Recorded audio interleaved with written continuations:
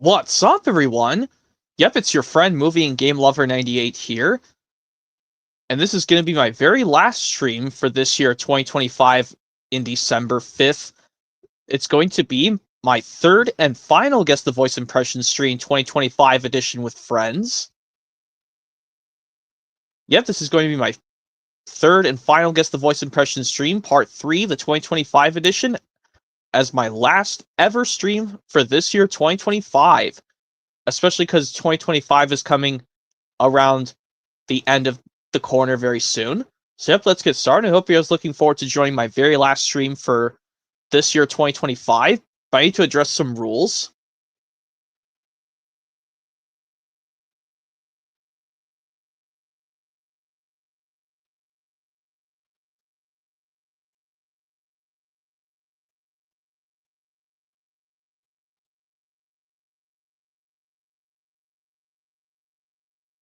Here we go. Rules: if anyone's screen is making inappropriate background noises, showing inappropriate stuff, spam commenting, arriving too early, playing copyright music, or any of that other unacceptable BS stuff, I'll have to kick them out of the stream or not allow them in at all. And swearing is technically allowed as long as you guys don't do it too much. So yep, now that that's out of the way for the rules, let me go and provide the link. The link will also be provided in the description as well.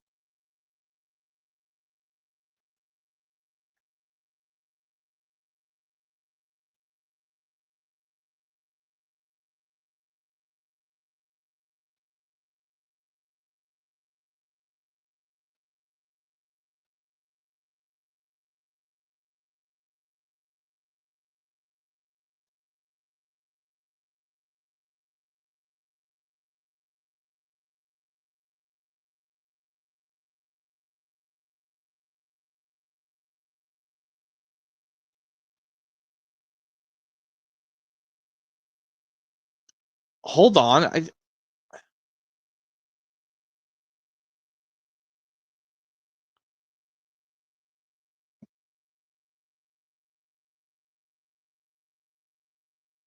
Whoa, someone arrived too early.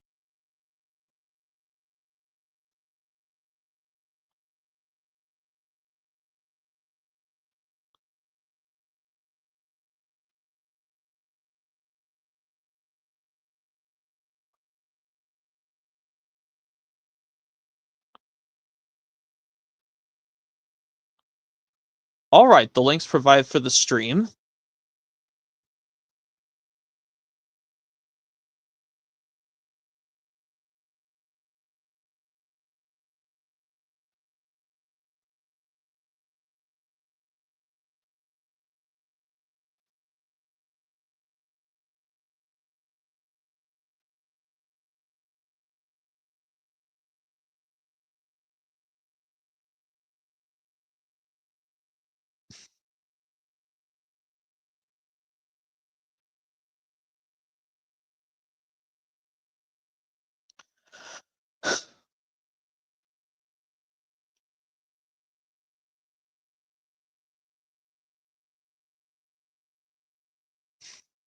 Anyways, yes, let me go and get started with doing some impressions. It could be from anything, honestly.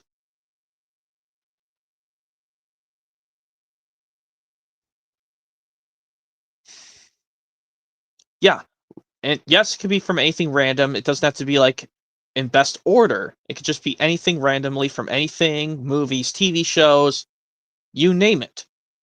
So yep, let me get started with the first impression.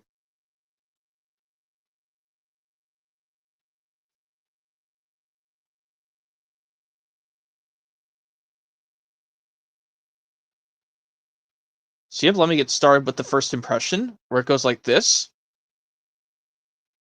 Well, since this is the part 3, my third part of the Guess the Voice impressions of this stream for 2025, the last stream I'm ever doing for this year,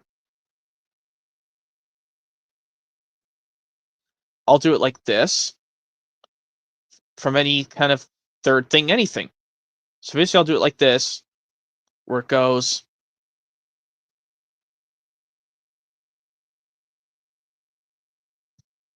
basically like this.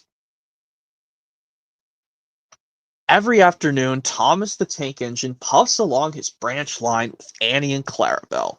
First, they pass the watermill. Next, they come to a big farm. Then, they can see a bridge with a village nestled at either side of it.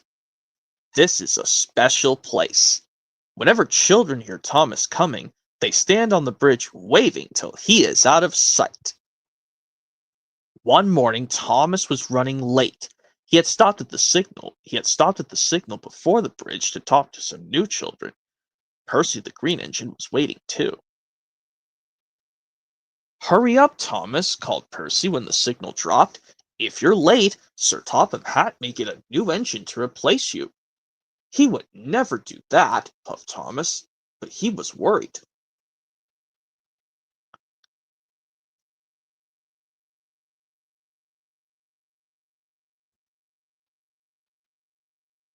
Yep, the episode Thomas Gets Bombed from season 3 of Thomas and Friends, which can be found in Shinetime Station season 2's Nickel and a Pickle, and of course for Thomas Home Media wise, Thomas Gets Bumped and Other Stories on VHS and DVD, and Best of Thomas on VHS and DVD. And surprisingly, it is the very first episode. It is listed as the first episode on both the home media products of Thomas Gets Bumped and Other Stories and Best of Thomas.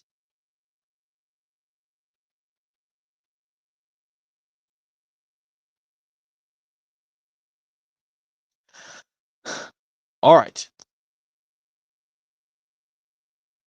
Now on to another impression I could do very well off the top of my head.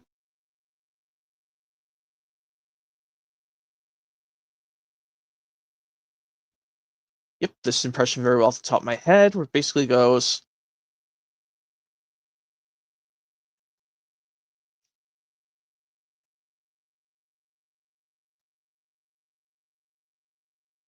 oh yeah, this impression very well off the top of my head. It doesn't have to be from Thomas, it can be from anything.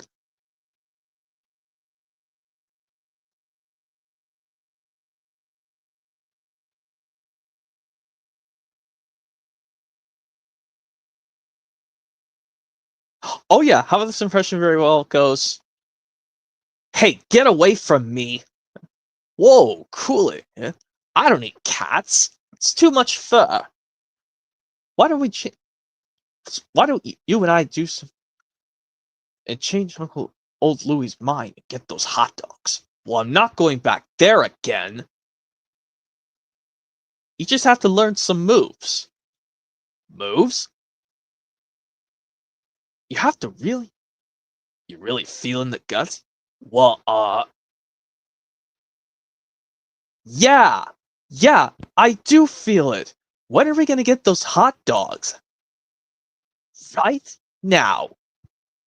Roar! Roar! Yep, this portion of Oliver and Company, when Oliver and Dodger meet for the very first time and they find a way to get to the hot dog stand.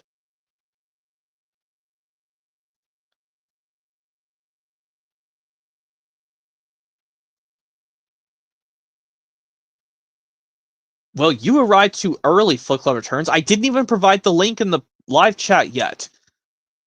You have to wait till I provide the link for the stream in the live chat. Then you can eventually join." So,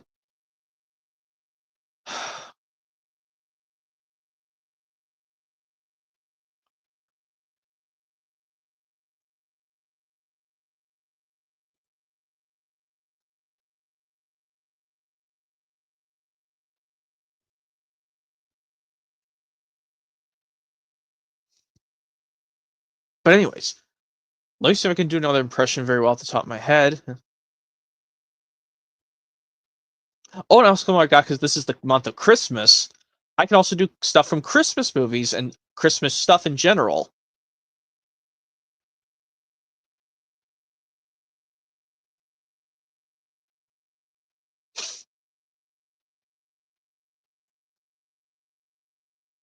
Oh yes, this impression very well for anything Christmas or not, since I did explain Christmas and other non-Christmas things can be impressed out. This impression very well for if it's Christmas or not. This one it goes very well off the top of my head. We're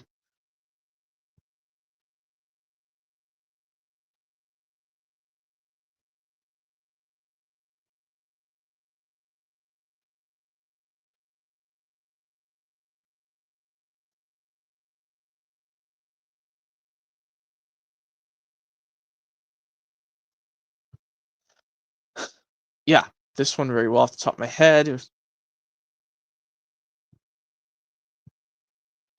Oh yeah, this one gonna kick up many people's fans' hearts where they love this Christmas classic so much. This impression from this character was, "Happy birthday! Hey, I said my first words, but Snowman can't talk. I'm just joking. I can move. I can juggle. I can count to 10. 1, 2, 3, 4, 5, 6, 8. Well, I can count to 5. And then, of course, something goes wrong. Says, uh-oh. What's the matter, Frosty? Whoa, is there a thermometer over there around here? Over there at the walls. Why? Oh, I was afraid of that. Uh, the thermometer's getting redder and redder. I hate red thermometers. Why, Frosty? Because when the thermometer gets too hot, red, the temperature goes up. And when the temperature goes up, I start to melt. And when I start to melt, I get all wishy-washy. Then you have to go to a place that you never would melt. The only place I never melted was the North Pole. Then we'll have to get you there. Oh yeah, the classic Frosty the Snowman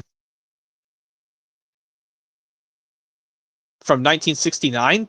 That's Christmas classic that came out the same year Sesame Street aired on PBS.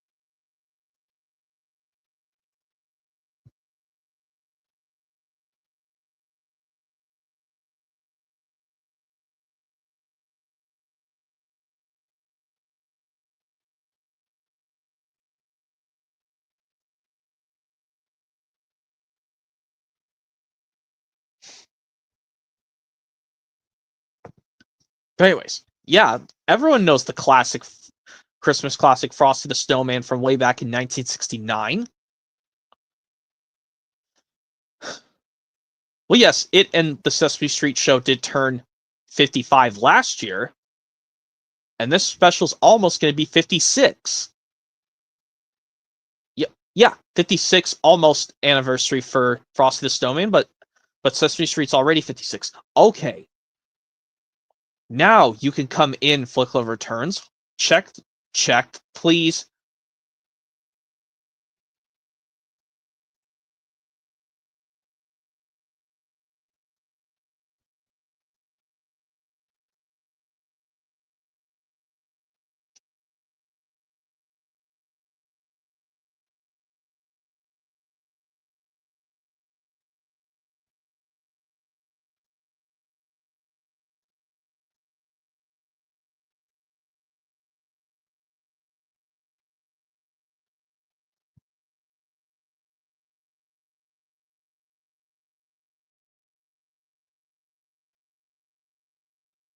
Okay.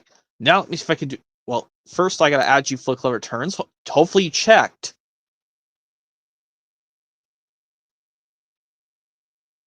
Well, around your place, hopefully. Hopefully you checked around all your place.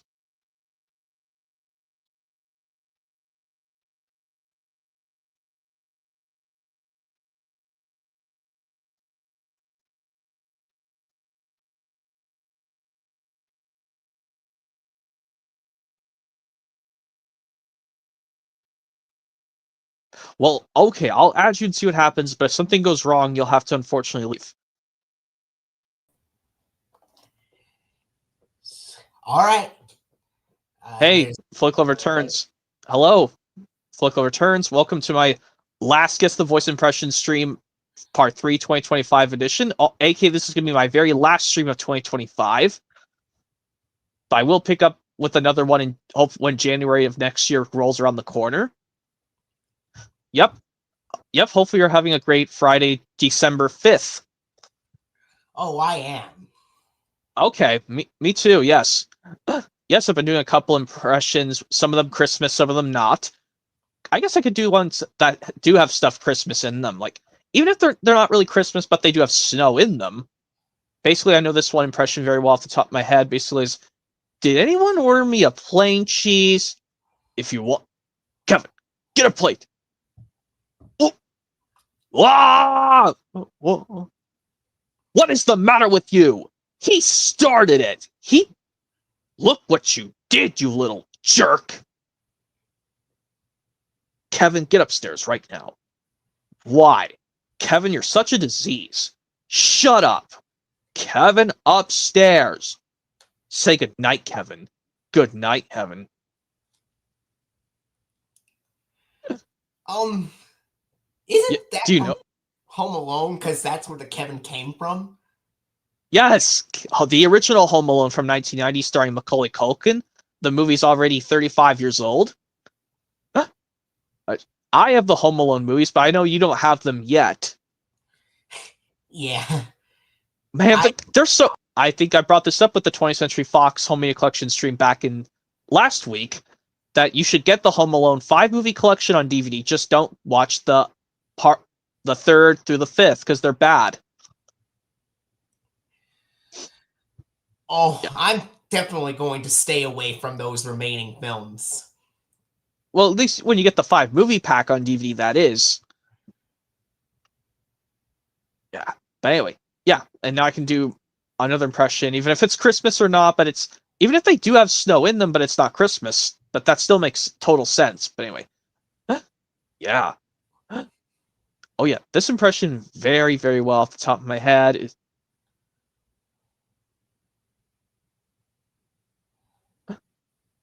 Oh, yeah.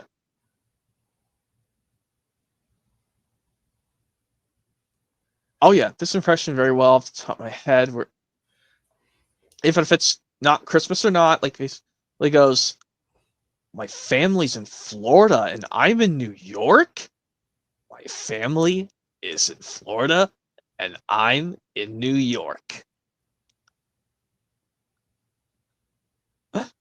Yep, that's from the second Home Alone called 2 Lost in New York. But Kevin's basically explaining out to the audience he's in New York, but his family's in Florida.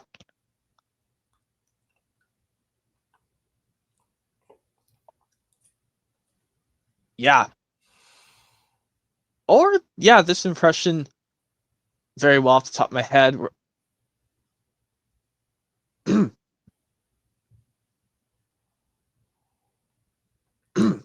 Yeah.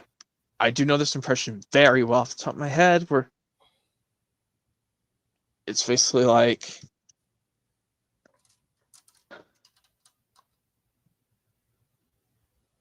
Can I look now? Or like when this is for the portion from Beauty and the Beast, but when Belle keeps her eyes closed and the Beast says, "Not quite yet." I don't know how we could do it for that part in Beauty and the Beast Flickle Returns, where I can still pretend to be Belle, keeping her eyes closed, but the Beast says, "All right, you can look now." Can I look now? Not yet. Okay. Okay. Can I look? Can I look now? Okay, now. Wow, a really cool library. That's a really cool one. Yeah. Oh, I think I remember there's a scene from earlier in the film when he's like, "No, Belle, I won't let you do this." And I think she tells Maurice, her papa, that's Belle's papa's name, right? Is Maurice. Yeah. Yeah, it's a cool name for her papa, Maurice.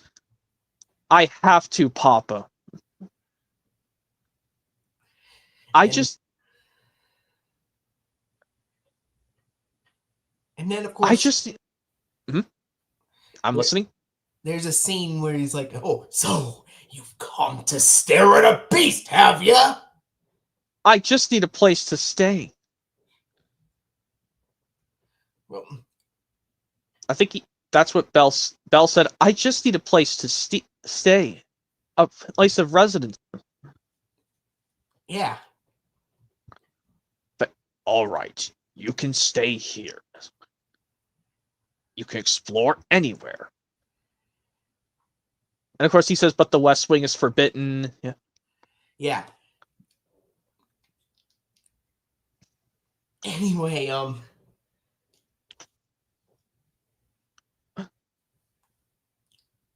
Or, yeah, I know this because this is the month of Christmas. I could do this impression from the Thomas episode we did before in season 6, but this is way earlier on in the episode after it's finished snowing.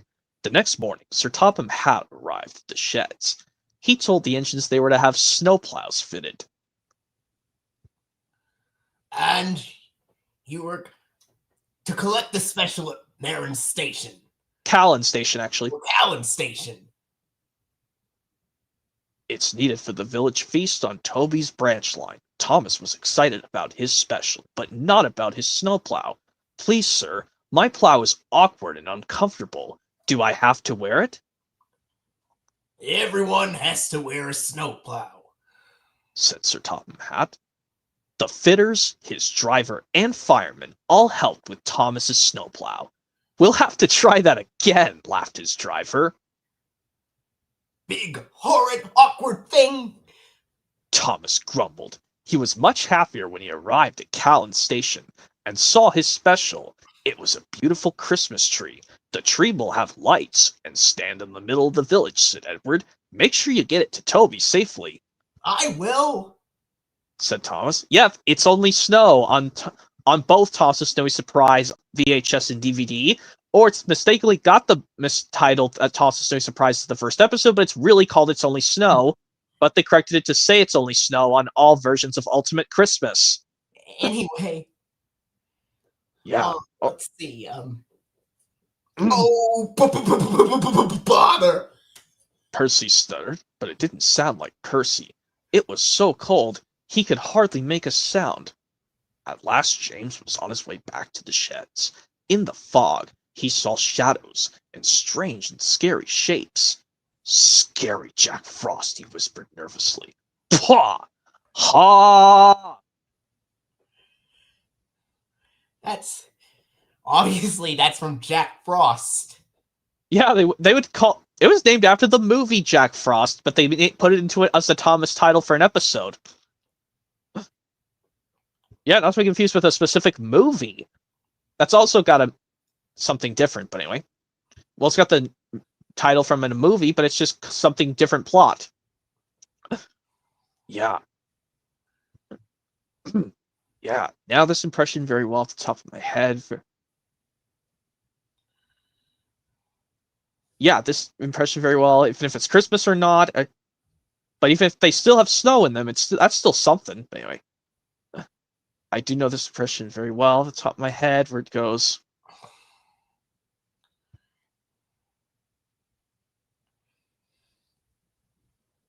Yeah. Oh, yeah. Basically, like this portion very well off the top of my head is. Yeah, I do those portion from this Dragon Tales episode where they start to use snow mittens. I don't know how to do this from My Way or Snow Way of Dragon Tales.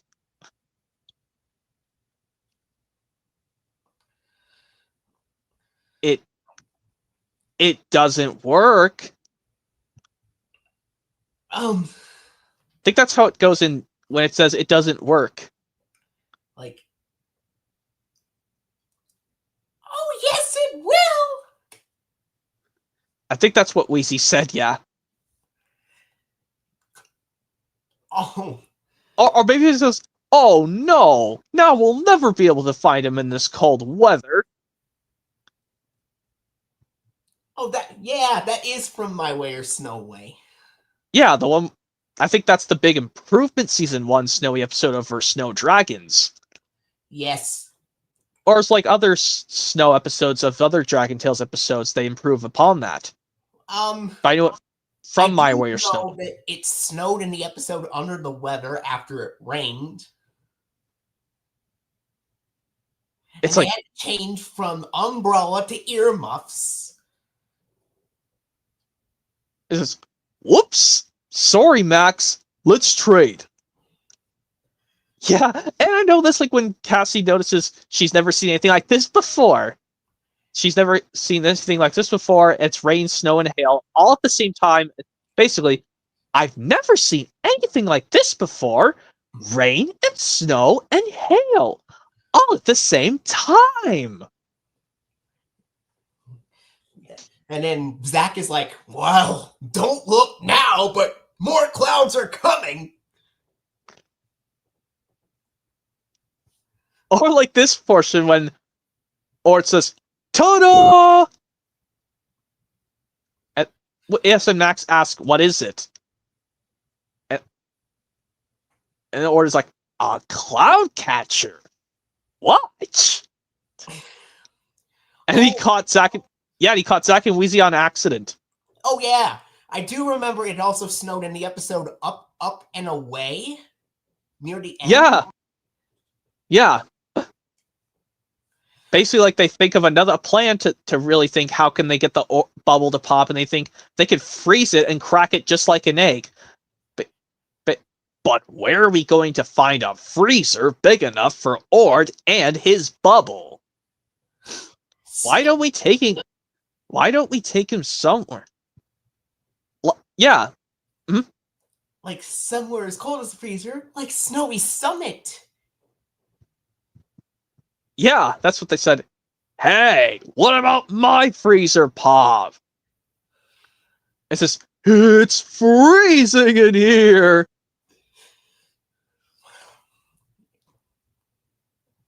And I hope this works. And then, of course, a 1 and a 2. Boom.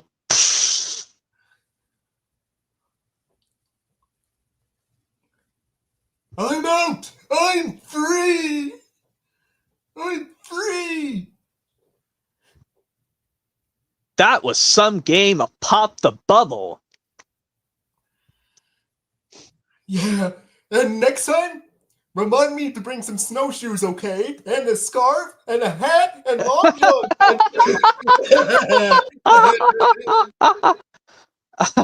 Oh, yeah.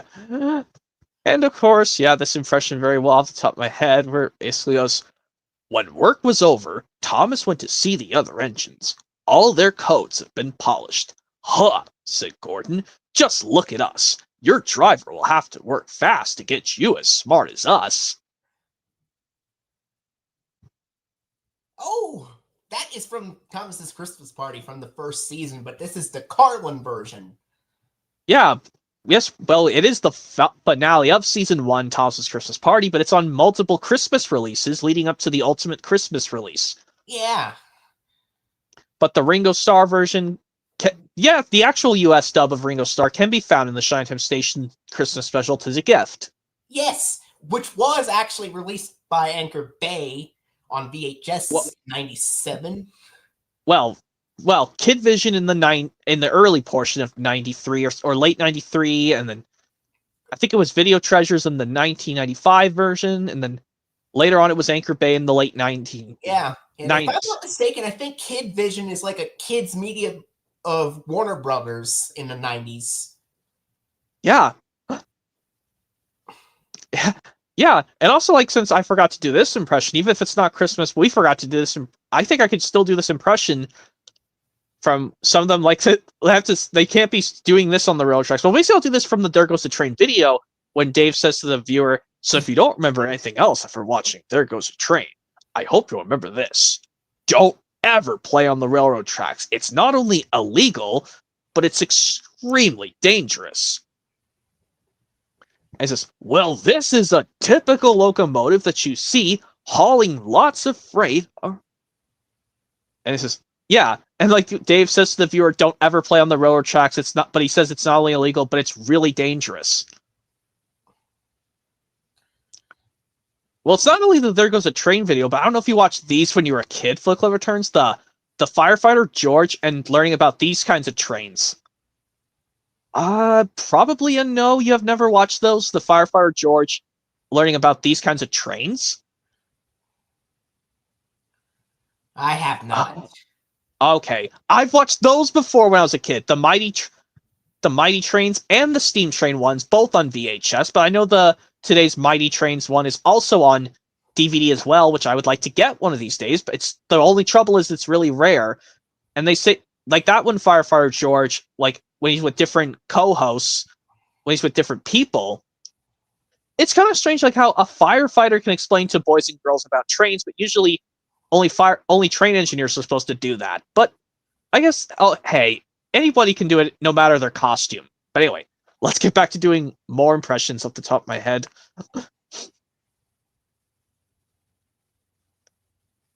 Yeah, basically this portion is just, it's about time you showed up. Oh, you're not the Fix-It Dragon. But if we wait for it, it'll be too late. Look at the salt shaker. It's shaking, but nothing's coming out. Hey, look at this. Look. And then maybe we could scrape it off. It didn't work. And then, of course, we'll have to think of something else. This is going to be funny from the episode, like A Snowman for All Seasons, Flip Over Turns, but Emmy suggests maybe they should bang the top against something, but Polly yells out, hey, be careful with my equipment. How about I'll be Emmy for this? Maybe we'll say, Emmy says this, and you'll be Polly yelling out, hey, be careful with my equipment. Basically says, maybe we could bang the top against something. Yeah. I don't know how you can do Polly Nimbus's impressions. Well, I think in Under the Weather, she's been very he's like, oh, my rain-making machine's going haywire. Or like in other later seasons of the series, she sounds normal. This is when she finally sounds her normal voice, Polly Nimbus, because she's voiced by the same actress who voiced Wheezy. Yeah. Basically, like, or maybe like I'll just do all this for A Snowman for All Seasons after Emmy says, maybe we could bang the top against something. Hey, be careful with my equipment. I could put that on loop saying how funny it is. Emmy thinks they're going to bang the top against something, and Polly shouts out, hey, be careful with my equipment. That's another instance of something funny I should put on loop, other than the Blue's Clues episode and these two funny scenes of these Thomas episodes from the classic era in the 2000s decade. Yeah, and let me. Or not only. Oh, okay. You do your impression, then I'll explain out the other episode I'm talking about. Let me see here. I think I know. Let me see what this is. Oh, I got one. Oh, let me see. Yeah. Eventually, even Sir Topham Hatt gave up. We shall take away your rails, He said, and leave you here until you're ready to come out of the tunnel. Yep, that's the US come out, Henry. Unlike in the UK one, he says, leave him there for always and always and always, which is very harsh if you ask me, but because in the next episode he's let out. Yeah. I don't know if you're doing Carlin's or Ringo's. Oh, I think dialogue. That might have been Ringo's. But yeah, I know how to do Ringo's and George Carlin's versions of Come Out Henry. But we know where Ringo Starr's US version of Come Out Henry's found, so I don't need to explain it here. But that impression, I was trying to say, you know how every time this portion in the episode No Sleep for Cranky makes me laugh, Flip Over Turns? There's another Thomas episode, and it is the third episode of the season, kind of close to where No Sleep for Cranky's the third episode of season 6. This is from the third episode of season 7, where yes, it's Fergus's debut. Well, first the narrator explains how Bill banged his freight cars hard. Some rocks fell onto the track. And Fergus says, do it right, Puff Fergus. Bill didn't like being ordered about by a traction engine. Don't interfere. That's a funny phrase for them saying don't interfere. All right. And then later on, then Ben pushed his freight cars to block the line. Fergus was stuck. Out of my way, steamed Fergus. That's so hilarious. Yeah, that. Oh, I've got one. Let me see.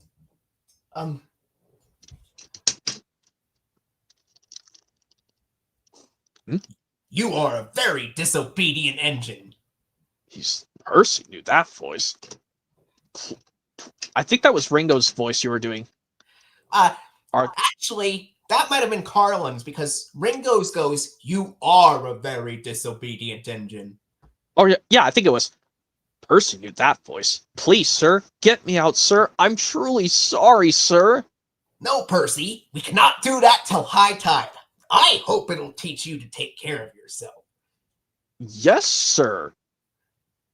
Yeah, Percy Takes the Plunge, George Carlin dub, which is on the Daisy and Other Stories VHS, or it's retitled Percy Takes the Plunge, and it's on the Shining Station episode Schemer Goes Camping. Yeah. Yeah.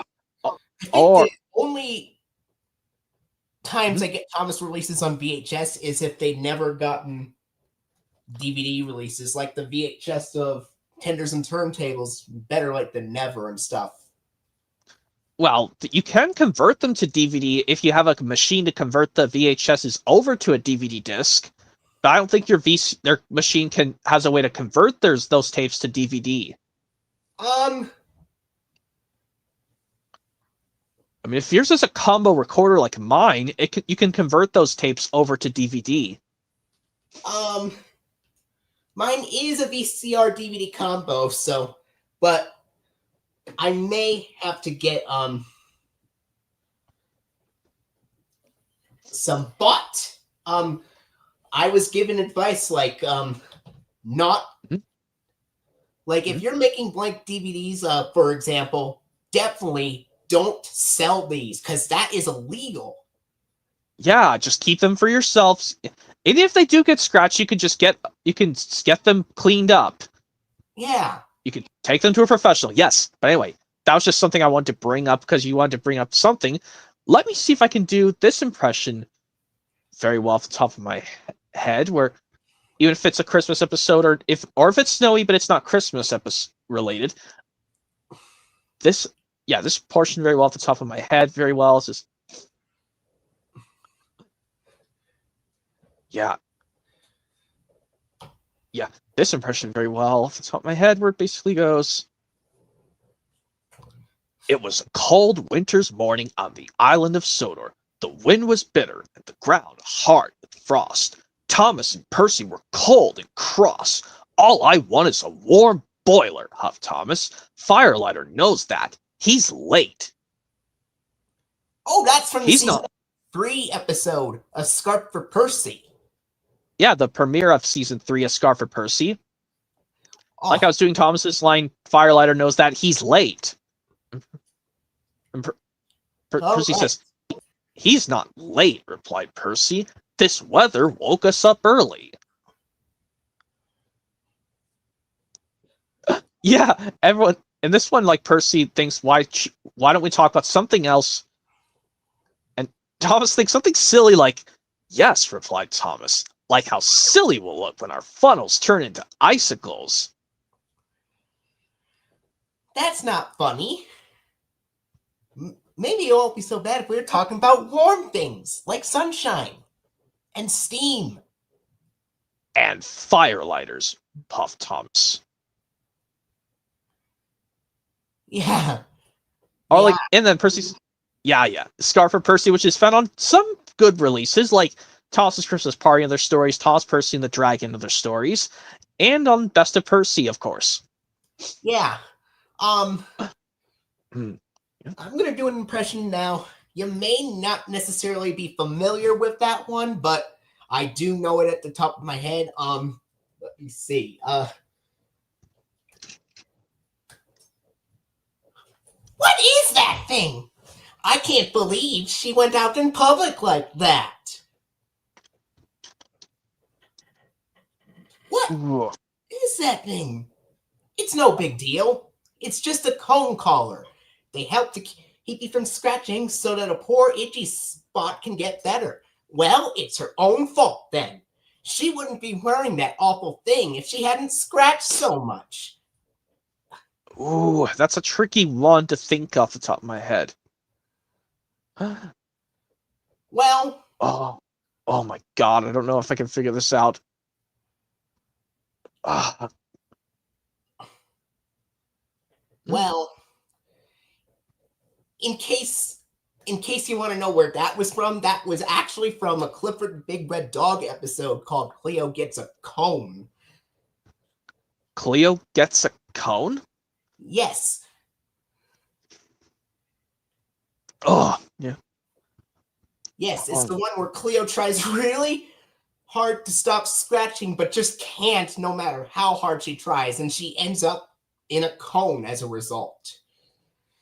You know, it kind of throws me to this episode of season 3 of Dragon Tales, Itching for a Cure, when Mungus has a horrible itch that he's trying to get off, and they're trying to figure out what's wrong with him scratching so much, but they realize he's got so many rashes on his back.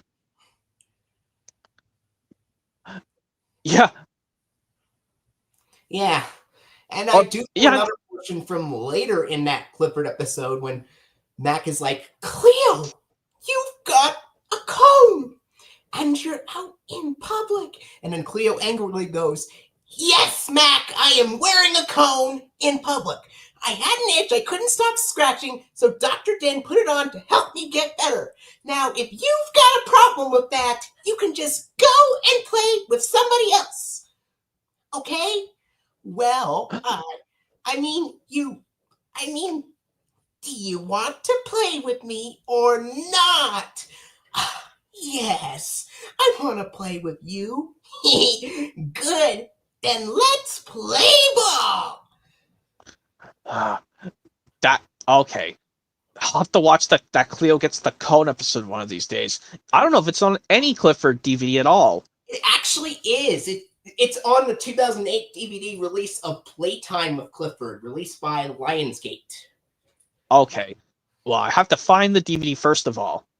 Then I can give it a... The weird thing about this DVD is that it comes in a case that is normally found in international countries instead of a regular DVD case. It comes in a smaller case. Well, yeah, but I do also know this impression very well off the top of my head. Yeah. I guess I could try it from these episodes that do eventually turn into Winter of Thomas, where basically goes, later, Thomas saw the tractor close by. Hello, said the tractor. I'm Terrence. I'm plowing. I'm Thomas. I'm pulling a train. What ugly wheels you've got. They're not ugly. They're caterpillars, said Terrence. I can go anywhere. I don't need rails. I don't want to go anywhere, huffed Thomas. I like my rails, thank you. Yeah, Terrence the Tractor, the George Carlin narration. This can be found on a majority of releases too. This one was never on Shineham Station at all, but the Ringo version was, but for some reason the Carlin dub was put on home media eventually after that. All right. Here's one that I found that I can find that I can do an impression of that is snow related. All right. No, SpongeBob, I'm not on your side either. I'm on nobody's side. Snowball fights are for immature children, and I will not scoop to your level. If you two want to knock each other's brains out, kindly leave me out of it. Oh yeah, Snowball Effect from season 3 of SpongeBob, with the sister episode of One Crab's Trash next to it. Which, well, it's also on the SpongeBob Christmas 2003 DVD as well. But there's, even though I just have the complete season sets, but even though, like I said, I own the SpongeBob holiday themed DVDs because they're holiday themed, like Christmas, Halloween, and the other things. And for some reason, the Christmas DVD came out in September 2003. Shouldn't these? That's not when Christmas starts. That's in December. I think when you said September 2003, that's probably the same. It probably was probably before those September 30th, 2003 home media products came out, or it came out the same time as those. It came out September. on the exact same days as those. Okay, so it did come out at the same time as those. Bob the Builder and other stuff of September, and the Blue's Clues holiday theme releases of 2003. But I know you probably don't watch this just, but I know you probably have not met the. I know you've never met. I know you don't want to watch Bob the Builder, but you never met Bob the Builder's voice actor, William Jervis. But his soul is rest in peace, though. Yes, William Jervis, he passed away due to cancer. and he passed away in that you know what year we don't talk about, which was very unfortunate. The same year Michael Angeles passed away. William Jervis passed away in March of that you know what year, but Michael Angeles was May. Yeah. I mean, you didn't. But at least Probst and Silk are still alive.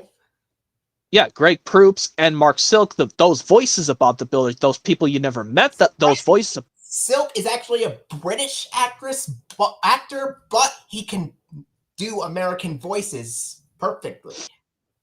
Yeah, Greg Proops does an amazing Bob the Builder. You've never met those actors in real life, Greg Proops or Mark Silk. No, I haven't. But I've heard I've heard their voices. I do know. I think William Jervis did do Bob the Builder in my first LatePad book and cartridge adaptation. Bob Saves the Porcupines as well. Yeah, I can hear that's William Jervis's voice because luckily I know when he passed on. I still have stuff to tribute William Jervis. But anyway, let's get back to doing more impressions very well off the top of my head. Yeah, I do this portion very well off the top of my head. Basically, is this.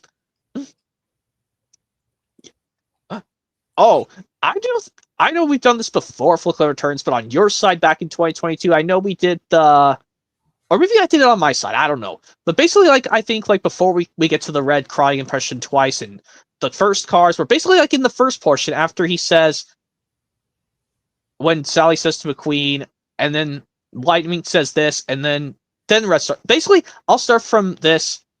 It looks awful. Well, it matches the rest of the town. Oh. Red. Who do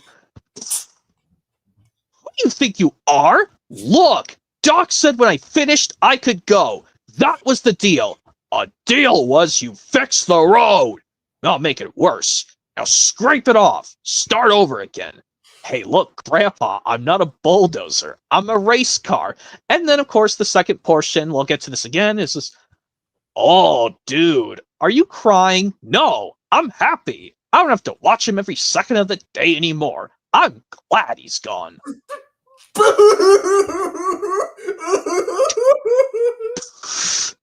What's wrong with Red?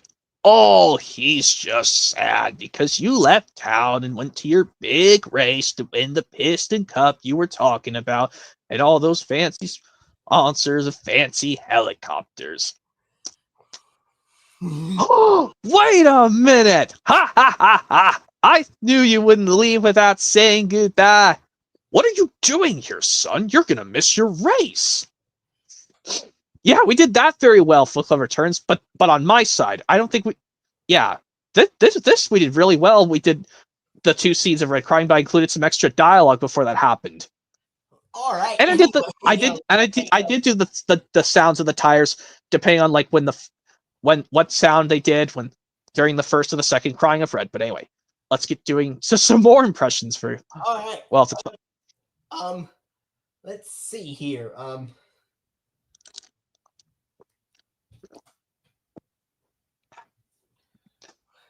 Why should I believe you? Everything you told me was a lie. It's and then Scar's like, no, what are you going to do? You wouldn't kill your own uncle, would you?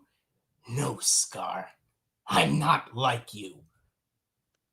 Oh yeah, that's towards the climax of the original Lion King from 1994, but I think it also gets reprised the same way in the 2019 live action version. Yes. Yeah. Oh, and like where later, this impression, but earlier on in the film during Mufasa's death, basically says, "Run, Scar, and never come back." If I can remember the voice actor for Scar, That was Jeremy Irons. Jeremy Irons, right? Oh yeah, and I do know this impression very well from a specific portion of a movie or a TV episode. Oh yeah, this one very well. Even though it technically says that this Thomas episode says it's winter, but there's technically fog on the island. But this is basically after it goes. "Thank you, Cyril," said Thomas. "That night at the sheds, Sir Topham had something special to show the engines. It was very large and strange looking." "What is it?" asked Percy.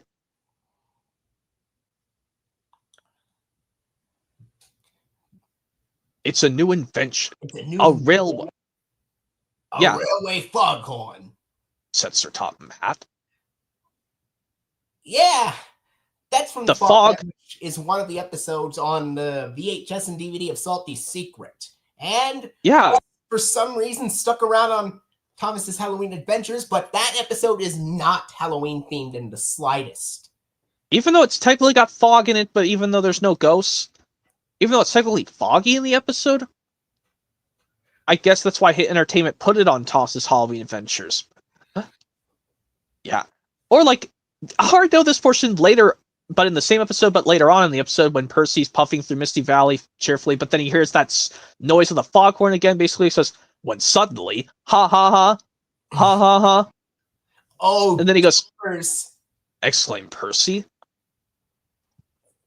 Yeah, and then there's another. It says, "That foghorn is so loud it rattles my dome." But it doesn't even make. Yeah. Yeah. "That foghorn is so loud it rattles my dome, but it doesn't make my axles tingle." "Still, we better slow down," said his driver. "There's fog ahead." And then, of course, it makes the foghorn makes that hillside shake, and then rocks begin to fall onto the ground and cause a huge bury up, and it crushes the foghorn altogether. Or, yeah, I know this one, Thomas. Not far away, Thomas was puffing right on time. But then something goes wrong, and Thomas can't see a thing. "I can't see a thing," said Thomas. And before he could even think of anything else, "Bust my buffers!" cried Thomas. "What happened to the foghorn?" "I don't know," said his driver, "but at least nobody's been hurt." "Toby will be coming down the line any minute," said his fireman. "If there's no fog warning," said Thomas, "he'll run into us." Anyway. And then, of course, the voice comes as, "Leave it to me," called a voice from the fog. "It's Cyril," said Thomas. "I hope he's in time." Toby and his coach Henrietta were chuffing cheerfully along. Toby was looking forward to a well-earned drink at the next station when... Pfft! "Fog detonators," puffed Toby. "There must be fog ahead," said his driver. "We better slow down." Yeah, some people like the Fogman of Season 6. I gotta say it's one of my favorite Season 6 episodes, tied with another one. Oh. Yeah. What about oh, clickety clack, don't look back, Dirty Percy's on our track. "Be quiet," said Percy. Yeah, Percy's Chocolate Crunch, even though some people said the team in the early drafts thought they were going to call the episode Puff Puff Pastry, not Percy's Chocolate Crunch. But apparently they said that title was not really in a cool title, so they called it Percy's Chocolate Crunch as the final episode title. Yeah. Even though it would have been funny if it was called Puff Puff Pastry instead of Percy's Chocolate Crunch. Yeah. I can do this portion from this episode, from this Dragon Tales episode. This one, I know this one very well off the top of my head, versus "We're here, and look who we brought." Kiki! Peekaboo! Ah ah ha ha ha. Let me try! Peekaboo! Ah ha ha. She's showing you her squishy. What's a squishy? It's Kiki's favorite toy. Can I hold her bottle, Cassie? Sure, Lord. Oh yeah, I think Kiki. It says Cassie says here, Kiki, you want your baba, and then Kiki, you want your baba? maybe I better taste it to make sure it's not too hot. Nope, just right. And then Kiki tries to do this, and Emmy says, "Watch out." Watch out! Uh-oh! Phew.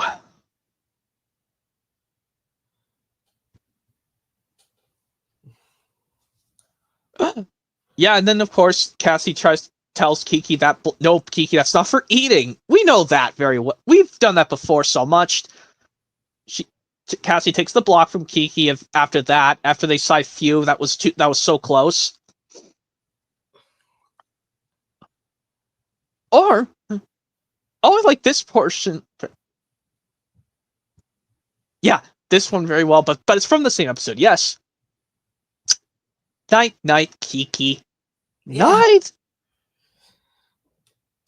Oh, I think I might remember this. James, leave the shed now. Ordered Sir Topham Hatt. James puffs sadly away. James the second best. Some people's favorite James episode of season 10. It's placed at the very end of season 10 because they added 2 additional episodes of season 10.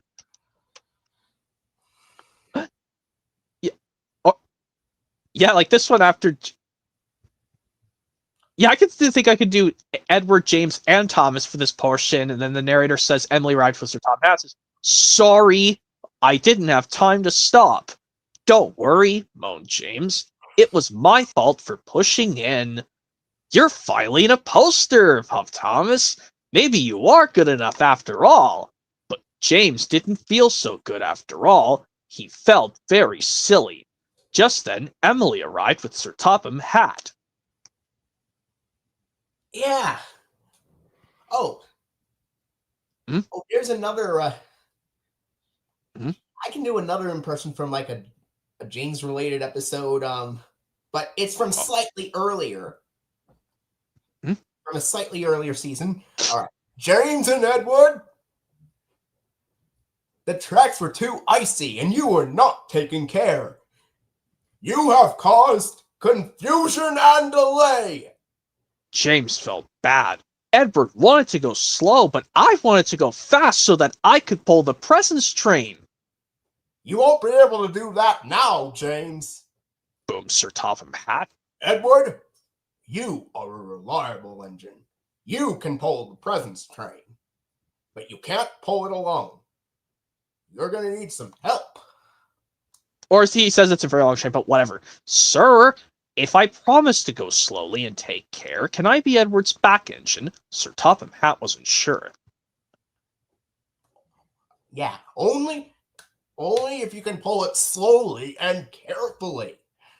James was very pleased. Edward, he called, I will learn to take care just like you. Yes, keeping up with James, which is on this particular hit favorites DVD called Winter Wonderland, and it's on the Tales from the Tracks DVD. Yeah, but anyway. And I think I was trying to do that impression from the Dragon Tales episode earlier, but they're getting ready to settle down Kiki for her nap. I'll try it again. Night, Kiki. Or, first off, night, Kiki. Night. You can sleep with Tiny. See? That was easy. No! But it's nappy time. Oh, no! Glad we got that straightened out. Oh, no! Squishy, squishy. Yeah. Oh, of course, they just. Is she asleep? Not Kiki.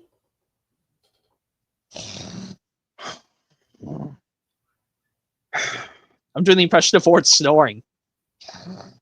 Wait a minute. Kiki never goes to sleep without her squishy. But where is it? Here, squishy, squishy. Where are you, squishy? Oh. No, I was doing Art snoring. It says, what you looking for, Max? Okay. Kiki's squishy. Uh-oh. I think it's squished. Squishy.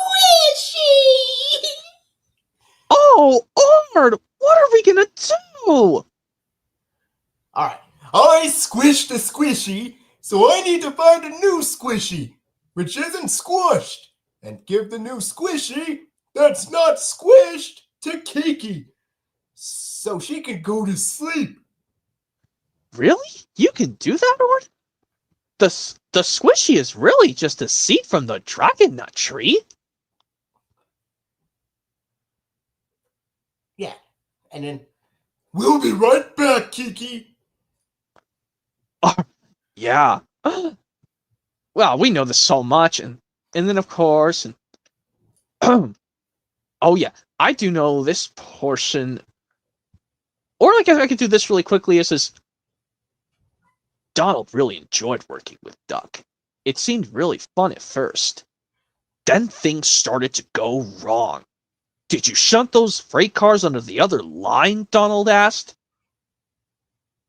You said you wanted them on the other line, said Duck. Not that other line, the other line. Donald was cross. Yeah, Douglas would have known what I meant, he puffed to himself. And then, of course, Douglas begins to feel he misses his twin so much, and says, I was just passing, said Douglas. And then, all right. And I think there's another portion later in the episode, and it's like, Donald in trouble. Donald in trouble, Douglas cried. I'm on my way. And he raced away as fast as he could. Douglas struggled and struggled. He finally pulled his twin back onto the track. He was very relieved Donald wasn't hurt. Thank you, Donald said. And I'm sorry. All right. Yeah, twin trouble from season 6. Really thought this is the episode where Donald and Douglas only argued once. They only bickered at each other once, but they still argue with each other, but they only talked back with sentences like this. Well, at least I know in this episode, or in the other episode of season 7 where basically us scared the monster might get ya, teased Douglas. He might, said Donald. There's no monster. There. Oh, I think that's from Bad Day at Castle Lock. Yes, after Donald said, he might, said Donald. Yeah. There's no, and then Douglas says, there's no monster. There is two. There is not. Is two. Is not. Is two. And then the workmen noticed them arguing fighting in the background. Yeah, but anyway. Oh, speaking of arguing, here's one. So are we. We're tired of you. We like Diesel. We don't like you. You tell tales about us to the cars. I don't. You do. I don't. You do. Sir Topham Hatt came to stop the noise. Duck called me a galloping sausage, spluttered Gordon. Rusty red scrap iron, hissed James. I'm old square wheels, fumed Henry. Well, Duck considered. I only wish, sir, he said gravely, that I thought of those names myself. If the dome fits, He made cars laugh at us! accused the engines. Sir Topham Hatt recovered. He'd been trying not to laugh himself. Did you, Duck? Certainly not, sir. No steam engine would be as mean as that. Yeah, Diesel's devious deed. Although And sometimes on some covers it's called Diesel's devilish deed for some reason. on the Thomas's Halloween Adventures title card in the menu, they said that, but on the DVD poster art, it literally has the corrected devious deed. And on other releases, it says it's. That's 100 It's okay, Sierra Naval. It's. I have to get my Christmas tree, my personal Christmas tree. At least you finally get to come around for the remaining of 1 hour and 6 minutes. I knew you had to get your Christmas tree prepared. That's really important because Christmas is coming up. Basically, or I could try this very well off the top of my head from the Cassie the Green-Eyed Dragon episode, Flickler Returns, where I'll start at Wheezy's "Yay, way to go, Finn," but then one of us can Cassie's being angry. Hey, I got all the way up to 20, but nobody saw. First, I'll start with "Yay, way to go, Finn," and then, "Hey, I got all the way up to 20, but no one was watching." You are all watching Finn. Oh! We're sorry, Cassie. It's just that Finn. Finn's ruined everything. He spoiled circle time and smashed my castle. I wish I'd never brought him to school. It's okay, Cassie. Little brothers can be a pain. I know it. Rubbish, Cassie. You somehow brought your little brother Finn to school in a way. Cassie, why don't you bring Finn into the classroom? Emmy can come too. Yeah. Yeah. I might know which another one. Let's see. Thomas, this train is late. He's. And why are you pulling it? Where's Edward? Thomas didn't want to get Edward into trouble. He had to think of an excuse. But Edward took on the wrong sort of coal, sir. The wrong sort of coal? What nonsense, Thomas! I'll find out what Sir Topham what Edward has to say about this later. Sir Topham Hatt was very cross. He gave Thomas another job to do. Yes, sir, said Thomas. Gordon steamed across the island. He found Edward having a rest. What's all this about the wrong sort of coal? Puffed Gordon. And then Edward questions the wrong sort of coal. And the wrong sort of coal? Puzzled Edward. Gordon told Edward all about Thomas and Sir Topham Hatt. Edward felt very bad. He wanted to put things right. Edward decided he must go and see Sir Topham Hatt. Yeah, it's from Saving Edward, but now let me do that portion from the same episode, but later. But then he's there. It's all my fault, sir, Edward puffed sadly. I asked Thomas not to tell you that I couldn't work. I was afraid of going for scrap. I'm very sorry, said Edward. I should have told you this morning. You should always tell me when you have a problem. You are a reliable and hard-working engine. I will send you to the fitter's yard straight away. Yep, and that's that. We finally get the ending of Saving Edward. Or, yeah, I knew those portions very well. I was trying to do this from Cassie the Green-Eyed Dragon. But basically, I'll do this for Finn is so cute. I wish I had a cute brother. Hey! Just kidding. You always forget to do Zach's giggling whenever Weezy tickles him. Is so.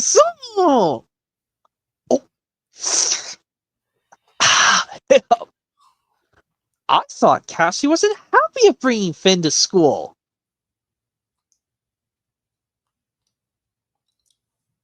Oh, She was. Sometimes sisters can be jealous of little brothers, but they still love them. anyway, Mm, I'm pretty sure I know this next one. Let me see here. I'm listening. All right. Oh no! It's cracking! Oh no, it's cracking. And then Max goes, "The goo is coming in!"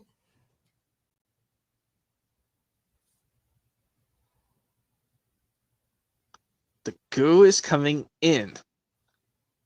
Hmm. I think that's where they go into that cave, trying to get their goo ball back, or no, do something. that is actually from an earlier episode of season 1 where they have to get inside a treehouse before the sticky goo cloud covers everything. Oh yes, Emmy's dream house, where Emmy's an idiot, where basically she won't ask her friends, "What do you want me to do with this?" instead of just being like a stupid brat idiot doing that. Yeah, She could have just asked her. She could have just asked. If I were to say something about this to Emmy, I would be like, "Emmy, what is your problem? Why can't you just ask your friends, what do you want me to do? And couldn't she just ask, do you want some red paint for your stairs? And they could have just said no thanks.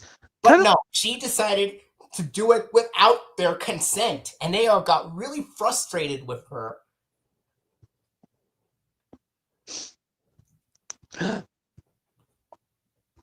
Or I do know this. Or I think we've done this before, Flickler Returns, but we'll just do it the normal way first, without including Zack and Wheezy's dialogue, fan-made dialogue. We'll just do it the normal way from A Liking to Biking, where it says, "So? You'll squish it!" No, I won't. I want to try. I won't be happy again forever, for as long as I live, until I can learn to ride a bike." We'll just do this both versions, but without including Zack and Wheezy's dialogue, fan-made version. All right. Okay, I was the first one with Ord. So, all right. You may be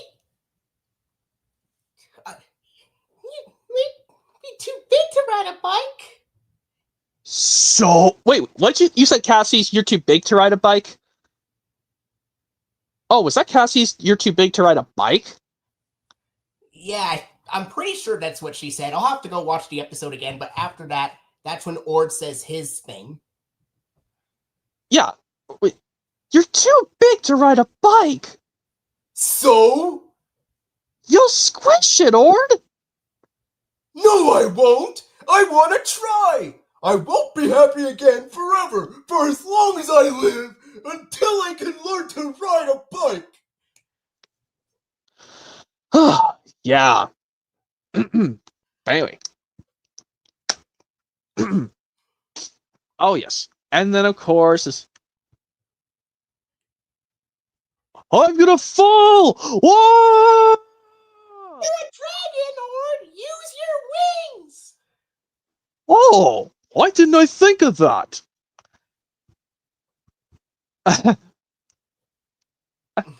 Thanks, Yornable. Some of them are hilarious, but some of them can be understandable, like they can understand their feelings if they're upset about something and all that stuff. Anyway. Yeah, or I can do this from a Feet Under Feet, where basically Cassie yells out, "How do I skate?"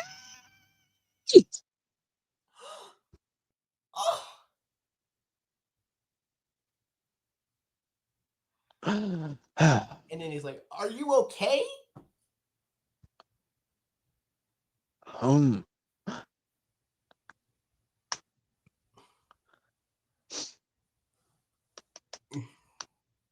Yeah.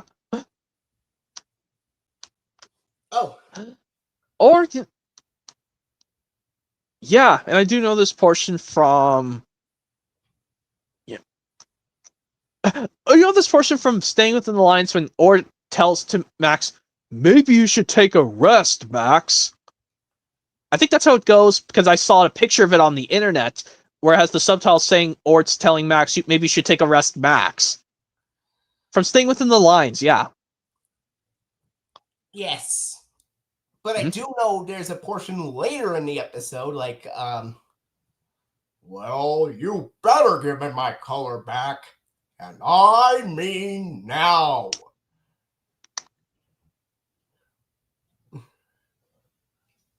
Yeah. And then, yes, of course. You gave me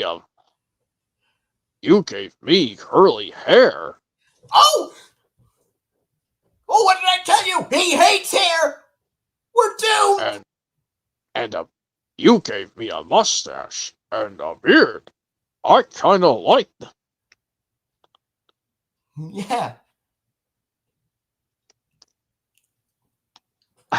Or like this portion where it basically goes, I just love trumpets.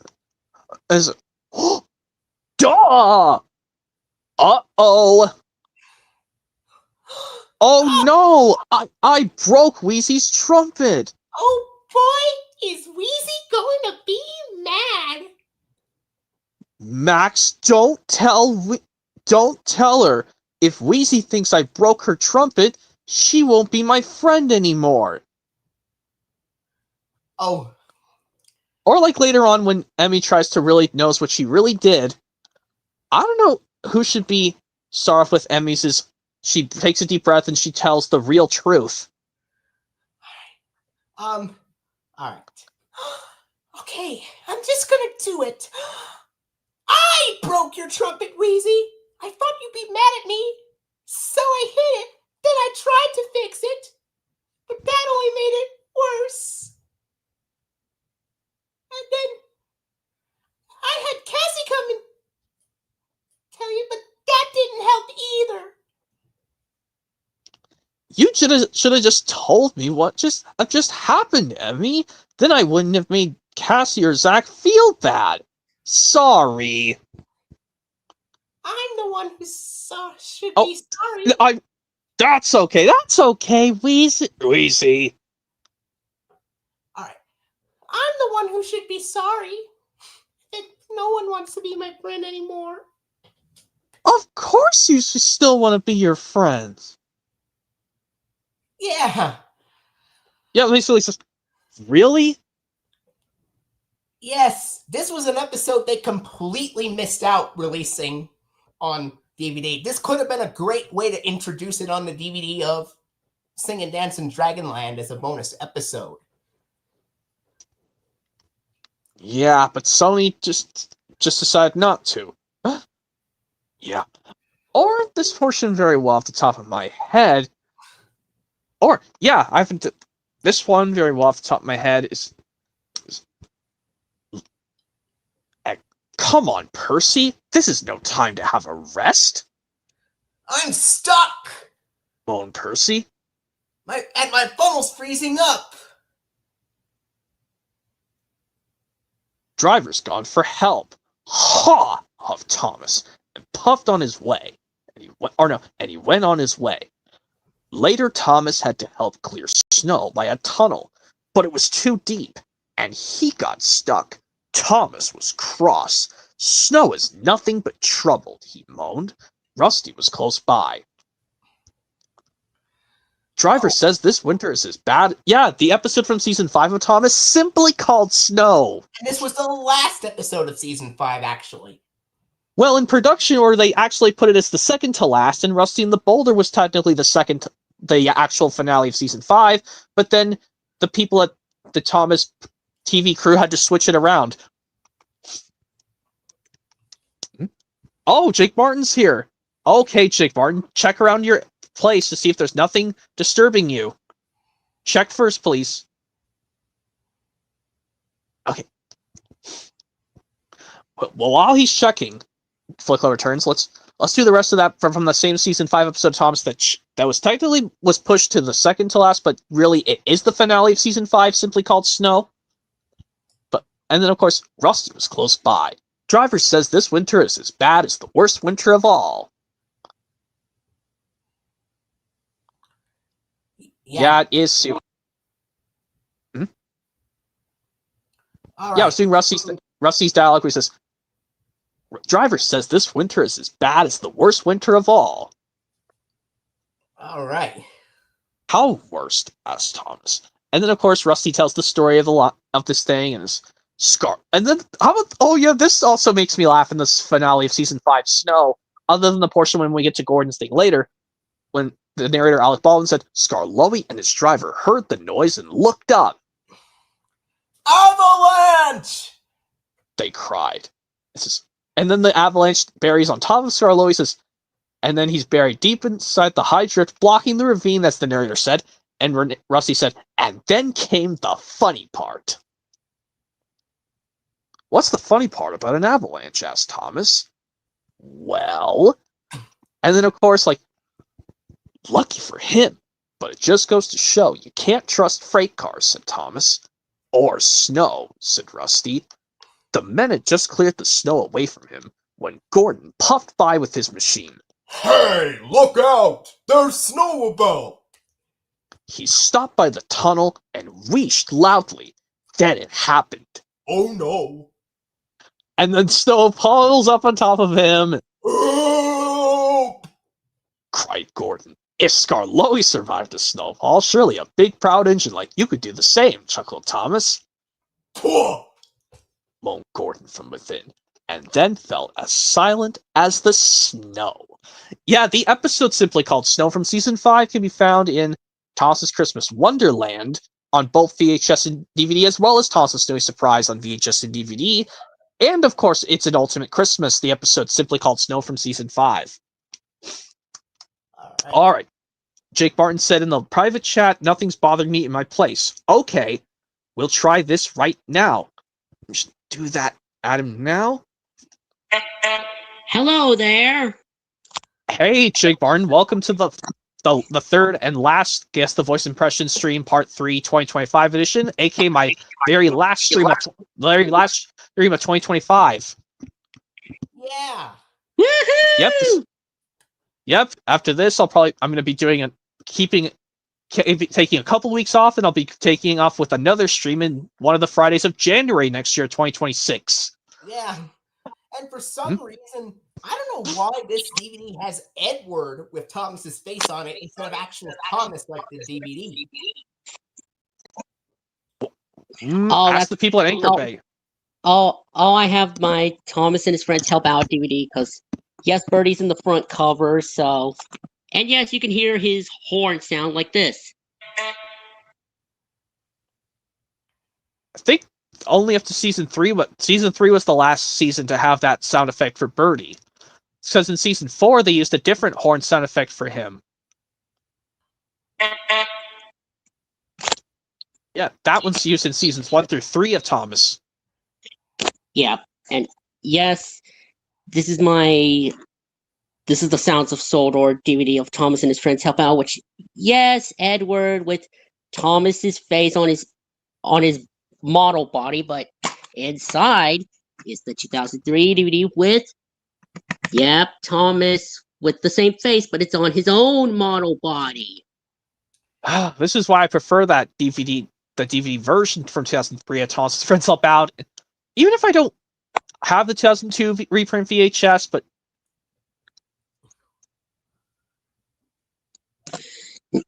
yeah, and yeah, they must have used Thomas's face from the 2002 and 2003 cover and put it on Edward's model body.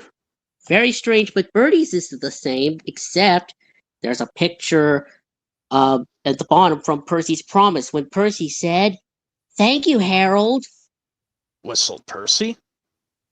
And before Harold said, "Good to be at service," replied Harold and buzzed away.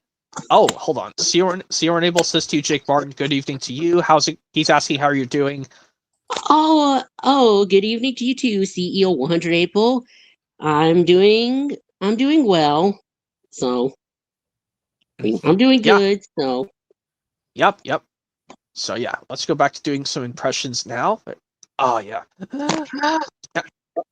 So basically, this impression very well at the top of my head. Yeah. Since you were showing the Thompson's Friends Help Out DVD, Jake Varn, basically, I do know this impression from one of the episodes on that DVD because you're showing that. How about this impression very well at the top of my head where it basically goes, "Come on, Percy," said his driver. "Let's make up for lost time." Percy was already chuffed along as he finished his journey, but the sun was already rising as he finished his work. Never mind, thought Percy. It's nice to be up and about when it's the start of a new day and there's no one else to be seen. Percy was not alone for long. Bother, said Percy. It's that dizzy thing, Harold. good morning. Word Harold.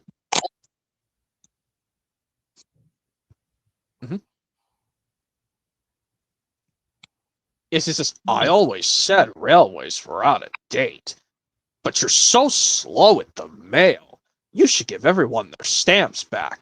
Percy was too tired to explain. Bird brain. He muttered. And of course, "Good morning, Percy," called Duck. "You're up early this morning," No, No. you're wrong. sighed Percy.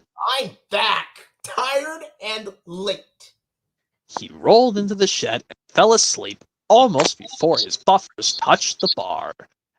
His driver decided to set off early that evening. Thomas was waiting for Percy at the station. "Thank goodness I have a chance to speak to you. Driver says that the person in charge of the mail has complained to Sir Topham Hatt about the delay last night," But that wasn't my fault. replied Percy. I know. Said Thomas. And so is Sir Topham Hatt. Or like at this portion when Thomas and Percy are talking what's going on, I'll just be Harold for all of this, and who could be Thomas and Percy's dialogue while I'm being Harold's? I start from Harold's "I say you too." You're doing Thomas's "I know," side Thomas, and so does Sir Topham Hatt. All right. Or basically like this, but this mail person wouldn't listen. Tonight we'll just have to be quicker than ever before. The engines were preparing to leave when they heard a familiar buzzing. "I say, you two, there's news flying about," Where? puffed Percy crossly. "All over the place. They're going to scrap the mail train and use me instead. Wings work wonders, you know. Always," Rubbish. puffed Thomas. "Yeah, Thomas Percy and the mail train." Oh, Yeah, on Thomas Gets Bumped. And this one. And the best of Percy. Best of Percy, yes. Yeah, that makes sense for it I did the impression from Thomas Percy the mail train because, getting mail for Christmas kind of makes sense, even though the episode's not winter. But delivering the mail is kind of something for people to do in the real life on Christmas. all right. Yeah. I'm a plain blood engine. I speak as a thine. Tunnels should be tunnels, and not rabbit holes. This railway is no good at all. "Don't be silly," snapped his driver. "This tunnel is quite big enough for engines who don't rock and roll."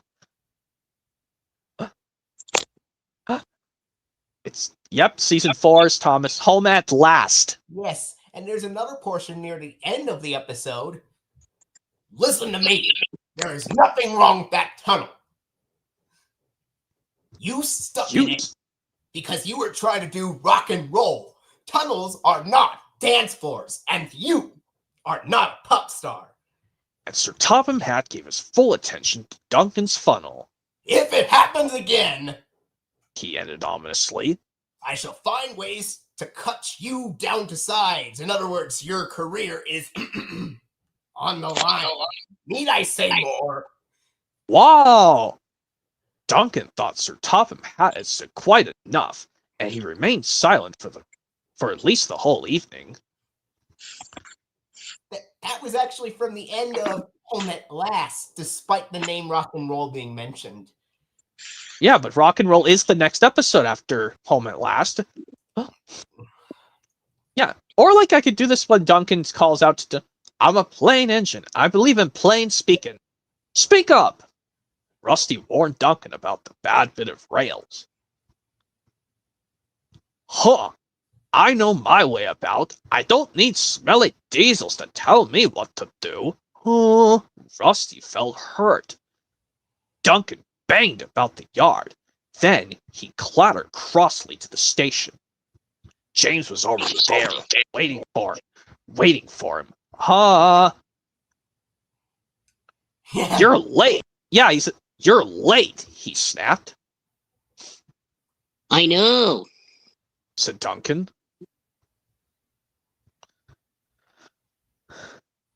It's that smelly diesel's fault. Rusty tries to teach me how to stay on the rails, and then goes off leaving me to find my own coaches.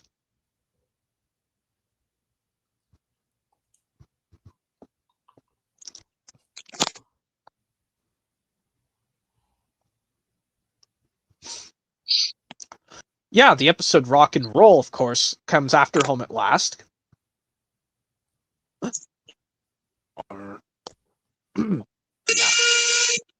And Duncan's whistle. That's what it sounds like. Yeah, I think that's the longer whistle sound effect that appeared in seasons 5 and up to the 12 of the model series. Because Duncan's whistle in season 4. And I mustn't forget, those 2 episodes are on Thomas and the Special Letter. Yeah, I know you're missing the 2002 VHS reprint of that. Yeah. It's well, you haven't found. I know you haven't just had a chance to find it yet. Toss the Special Letter reprint VHS from 2002 or the. Where yes, the episodes are misplaced. Rock and Roll's in this. Well, Toad Stands By is in the first slot of first 3 episodes, but it's technically supposed to be on the other side, and Home at Last is on the other side, but technically goes after Toss the Special Letter. Yeah. Oh, and I think I remember this. Railways are no good. Turn them into roads. Railways are no good. Turn them into roads. Oh yeah, Steamroller. Since Jake Varn just pulled out his Toss Special Letter DVD copy, which all 3 of us have. Except mine does not have a booklet. Okay, well, even though we all have the DVD, that's good, because the booklet would look identically the same anyway. Thank God I didn't get the Lionsgate print, because I found this image online, Jake Varn, where this guy's Toss the Special Letter DVD was a Lionsgate reprint, which very irritated me, along with having many other Thomas DVDs with DVD reprints, like Percy Takes the Plunge, or Henry and the Elephant, or A Big Day for Thomas, or those Season 5 episodic releases, or New Friends for Thomas, and so on. Yeah, very irritating. Even like he also had Lionsgate reprint of Calling All Engines, or even like leading up to the other ones, they were just original releases. But thankfully, me on the other hand, I picked out the Anchor Bay releases because I know how to look at them correctly. Even though Anchor Bay is owned by Lionsgate now. Yeah. My copy of Thomas and Special Letter is also the original Anchor Bay version. But anyways, let's see if I can do another impression. I think I could do this one very well for a scene from Tom's Magic Railroad, but with humans on the screen. Basically like this, where basically goes... Oh, like I think with where we finally get to get a close-up of Mr. Conductor's character, but Alec Baldwin plays him. Basically where I start off with Billy Two Feathers as well, hello, Mr. Conductor, was basically this, well, hello, Mr. Conductor. Oh, hello, Billy. Roll. And then Mr. Conductor checks the signal box, and And fun And then fact, he hums the Thomas and Friends theme song as long as the classic series in seasons 1 and up till season 7, like this. And he's checking the door. Yes. I'd take that theme over Engine Roll Call any day. Yeah, and of course he does this on the window, and it's just he says,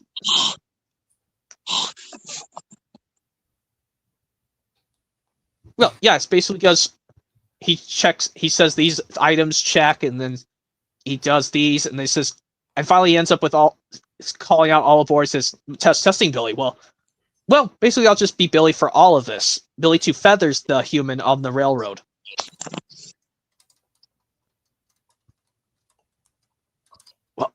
Well, I thought you were going to start off with Mr. Conductor's toolkit check, ticket puncher check. I got it. Let's see. I'm sitting right here. I'm listening very well. Toolkit check. Ticket puncher check. Aye. All aboard! Just testing, Billy. Mustn't let my conducting skills get rusty. Important day, Mr. C. Oh, it is a very important day. I'm going to the island of Sodor. It's the only place I got it. It's the only place in my universe where I fit in size-wise. Sir Topham Hatt has given me a big responsibility. Diesel 10 is back, and I have to make sure he behaves himself. Excuse me, Billy. I hope your visit goes well, Mr. C. Thank you.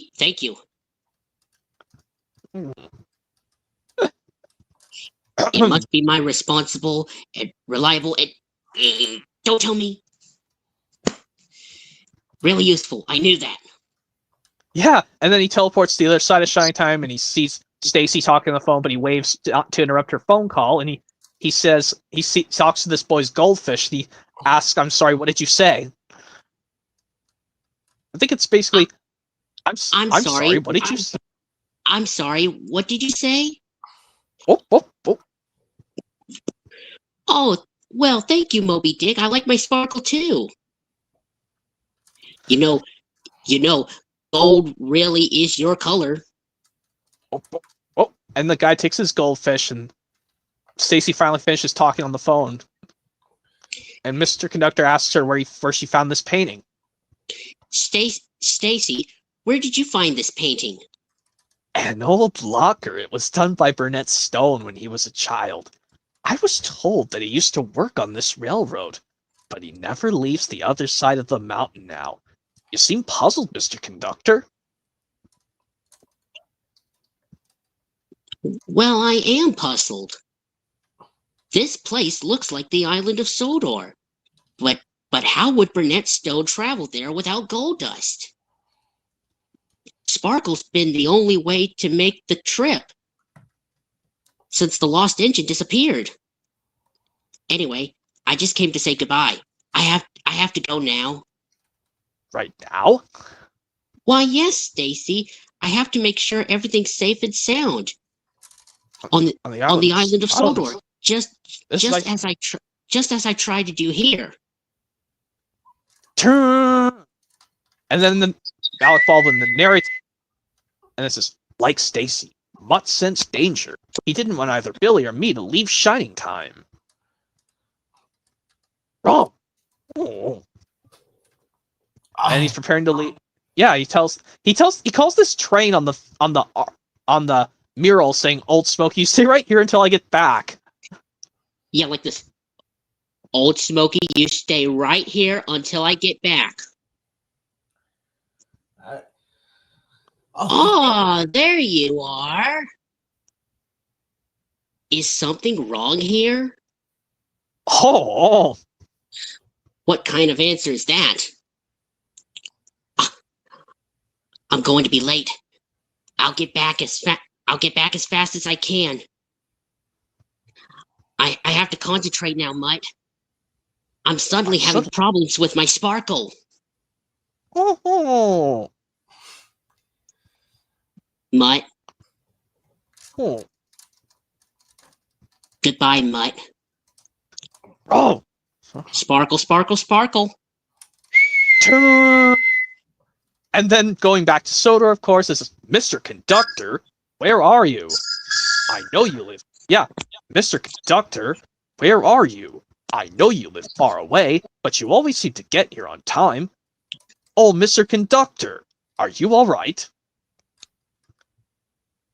Yes, Thomas.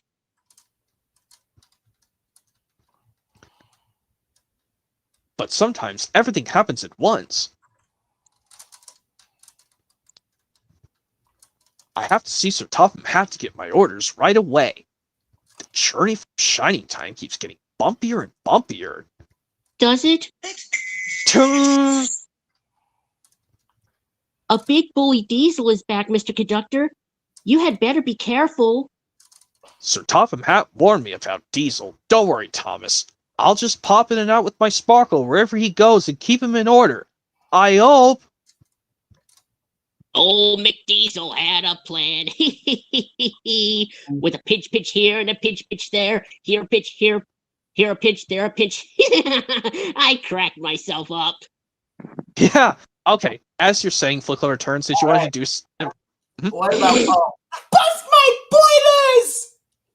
I left the coal truck behind! Or since you did that, Flickler returns. Hopefully, I can do this portion when Lily's running through the fields, and then Patch is running on his horse, and Lily asks, "Where is Grandpa?" And can you take me to him? And what if Jake Barton can be Patch's jump up, and I'll be Lily's Patch, and I could count on you. Basically, this is, where's Grandpa? Can you take me to him? Jump up. Patch, I could count on you. Stop, Wheels! Stop!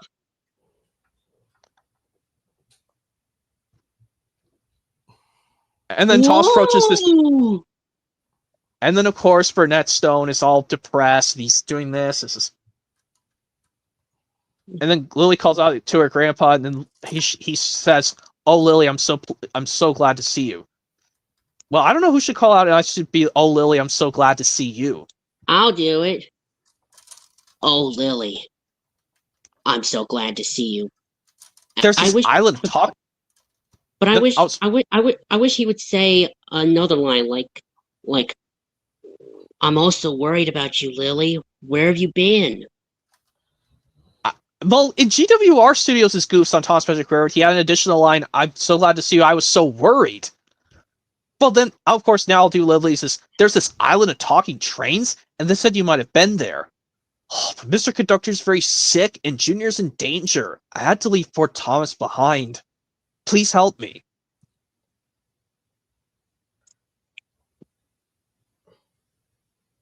I like to, Lily. I like to, Lily. Yeah. Nothing seems to work. This is the lost engine from long ago. Now we can go back to the island and bring Mr. Conductor and Junior home. I can't make her steam. I tried all the different coals in the valley. Lady. Is that her name? Yeah. Yes. Coal. Coal. Special coal from the island of Sodor. That's what Lady needs. Patch, there's a coal truck up at the top of the mountain. Think you could get some? Of course I will. And then, of course, we cut to the scene where Junior is still running on Diesel 10. I'm sorry, Lily. I'm sorry, cousin, whoever it is. Responsible, reliable, really useful. I will be. I will be. Ah! Oh! Ah! Chin.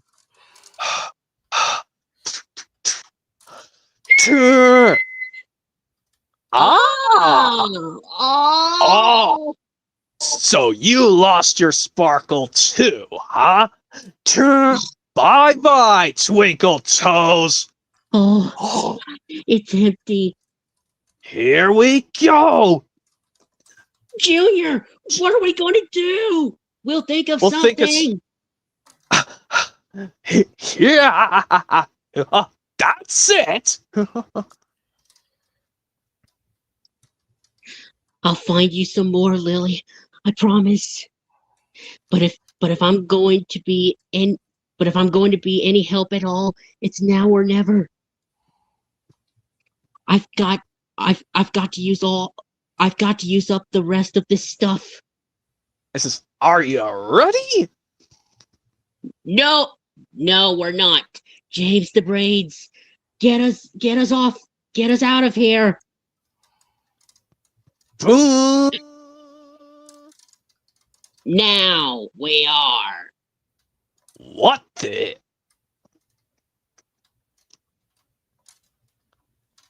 Yahoo! Oh, yeah! Huh. Bye, Bye, James. Jake.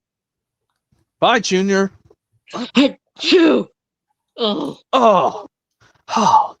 Sorry to be so long, cuz. But better late than never.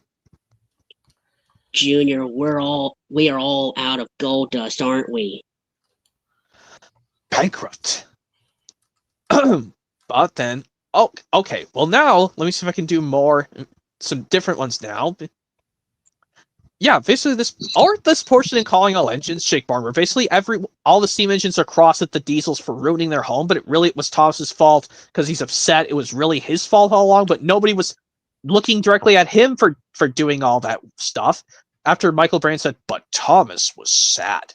He knew it was his fault.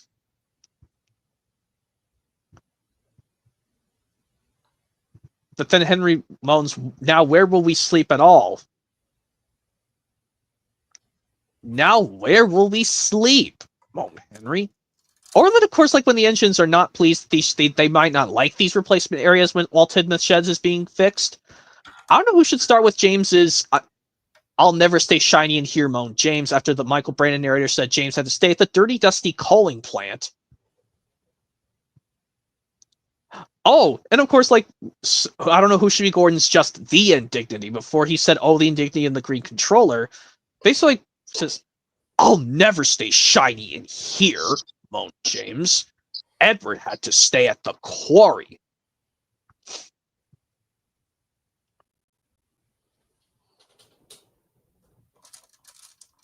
This is, oh, look, a stinky, steamy oil diesel.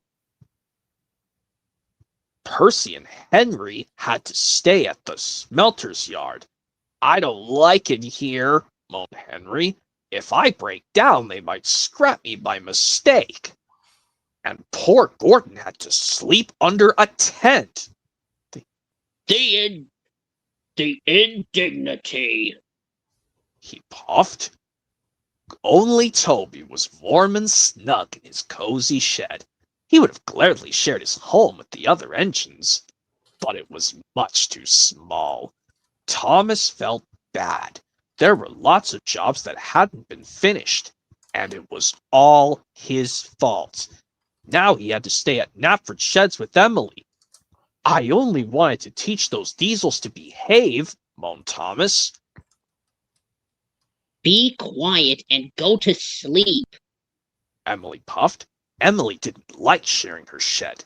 She was used to peace and quiet. Don't worry, puffed Thomas. We can fix everything. I'm sure I'll be back in Tidmouth Sheds tomorrow. And then, of course, the storm occurs and... Or like with this portion when the storm is going on, Shake Barn, maybe I'll just be Gordon's bother and you'll be Percy's I hope we're safe here. And then Michael Brandon said Percy shivered. Basically, it even blew Gordon's tent away. Bother! Huffed Gordon. The other engines were glad to be tucked in for the night, but they were worried. I hope we're safe here. Percy shivered. The wind blew all night long. The Sodor suspension bridge twisted and shook in the strong winds. And then there was trouble. The next morning, when Thomas puffed out of the sheds, he discovered that the storm had done lots of damage. Bust my buffers!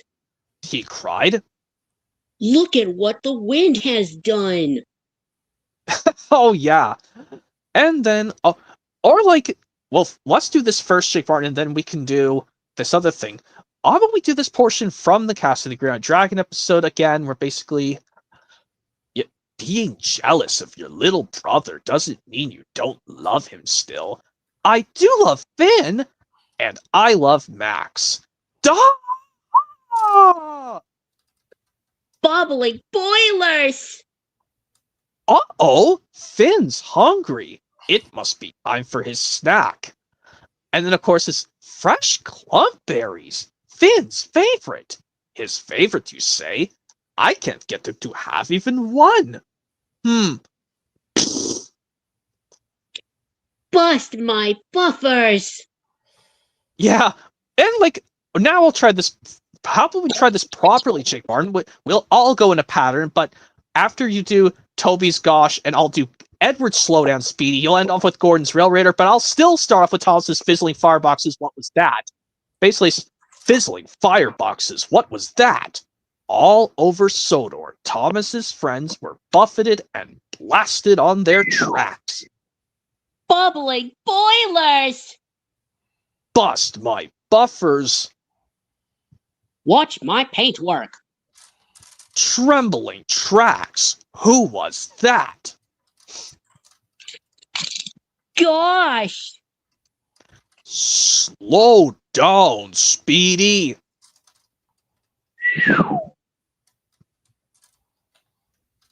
Rail Raider! Later, Thomas and his friends were at Knapford. They were very puzzled. And like this, like when you were James and Gordon in this one, I'll just be, well, no, you'll be just be Henry's for this one, Henry and James for this one, Jake Barn. But let's see, I'll just be with, I'll just do James's. He was big. He was big. He was silver. He was very, very fast. That must mean it's Spencer. Spencer. Yeah. Or like in this portion later on in the movie, where it says, "Dear oh dear, Thomas, it's just as well the Duke and Duchess don't have a tiny toy tank engine like you. The summer house would never be finished on time." Well, I don't know who should start with Thomas's or like when Thomas and his friends are really pissed at Spencer, thinking he can pull heavy loads like just as him. Basically, like after Michael Brand said, this time Spencer had gone too far. Yes, I can. I can pull just as heavy loads as you. I don't know who can be Percy's. Yes, he can. Even heavier and I don't know who should be Gordon, James, and Edward for all of this, but you can still be Percy's. Yes, he can. Even heavier, Jake Martin.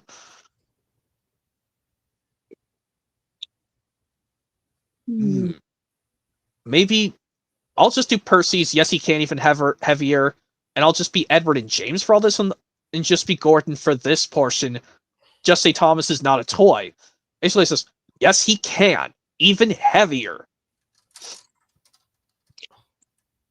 Thomas is not a toy. He's a really useful engine, and he's very strong. Oh, but anyway, okay. Now this. All right. Okay, what you said something? Political returns. All right. What's up? Disgraceful. I didn't sleep a wink last night. It was so quiet, and now engines come whistling suddenly behind me. I'm sorry, sir, said Thomas. I only said good morning. The policeman pointed to Thomas. Where's your cowcatcher? He asked. But I don't catch cows, sir. Oh, wait, sorry. Go ahead, say. But I don't catch cows, sir. Don't be funny. Snapped the policeman. He looked at Thomas's wheels. No side plates either. Wrote in his notebook. Engines must go on public roads, must have their wheels covered and their cowcatcher in front to protect people and animals who go under the wheels if they stray onto the line. You haven't, so you are dangerous. All right, Rubbish! said Thomas's driver. We've been along here hundreds of times and never had an accident. That makes it worse. The policeman answered. He wrote regular lawbreaker in his book. Thomas puffed sadly away. Oh, but then of course, like says, the policeman now says, but however much he argued with him, it was no good.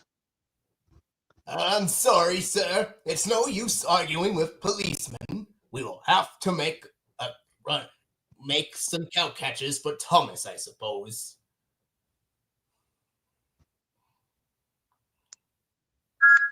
Everyone will laugh, sir. Said Thomas. They might think I look like a tram engine. Sir Topham Hatt stared. Then he laughed. Yes, that's it, Thomas. Why didn't I think of it before? We want a tram engine. When I was on my holiday, I met a nice little engine called Toby.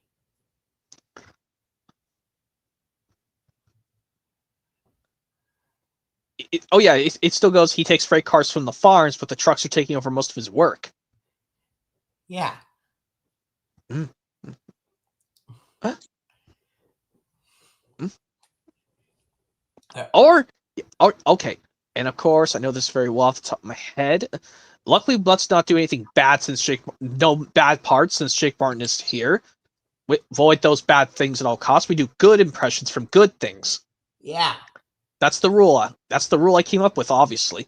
But obviously, let's get to what I was doing. Basically, or since we did this portion, we didn't do the part for Monsters Inc. This has gone far enough. James, Jake Martin, but I'll still do this portion. Basically, what says, oh no, what a mess.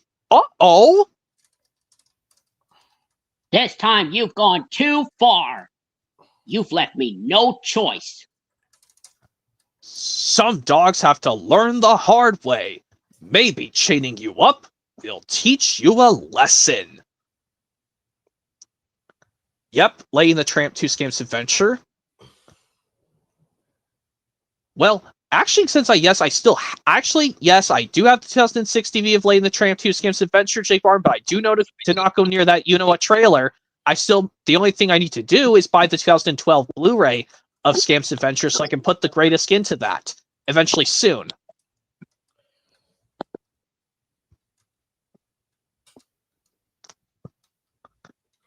All right.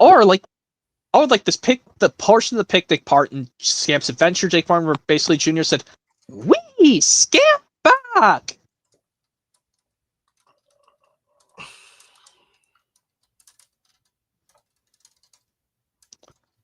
And then, of course, like this scene when Buster gets defeated, where basically goes, "So long, Buster." Ha ha, you missed, Scampalooza. That's my boy. Come on. It's a good look for you, Buster. I think a home sounds really... For lots of children, and hugs and kisses. Ah ha ha ha.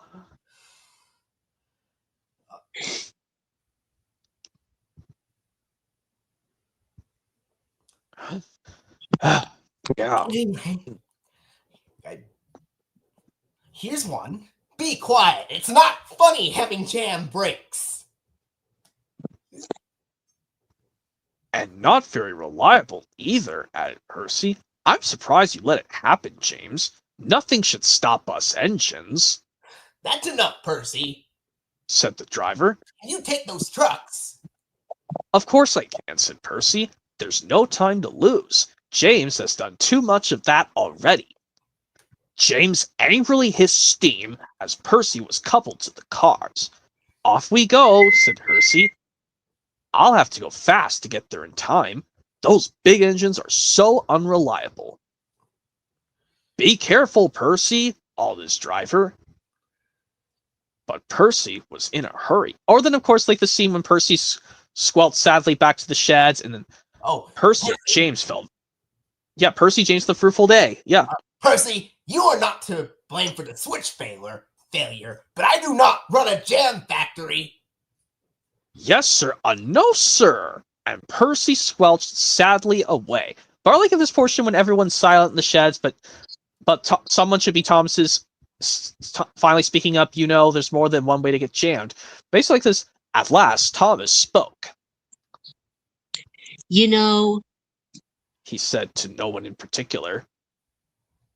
there's more than one way to get jammed. We all learned that today. Still, there was silence. What's more, we also learned that sometimes when engines help each other out of a jam, things can still go wrong. So, said a voice. So that means we learned a lot today, and therefore. Then came a chorus. We're really useful engines after all. Yeah, Percy James the Fruitful Day can be found on James Goes Buzz Buzz and Best of James and Shine Time Station Schemer alone. Well, yes, I'm getting the VHS version of Shine Time Station Schemers alone. Well, it should say just Schemer alone, because I don't know why the title card on the PBS airing says it's called Schemers alone, but it's actually himself being alone.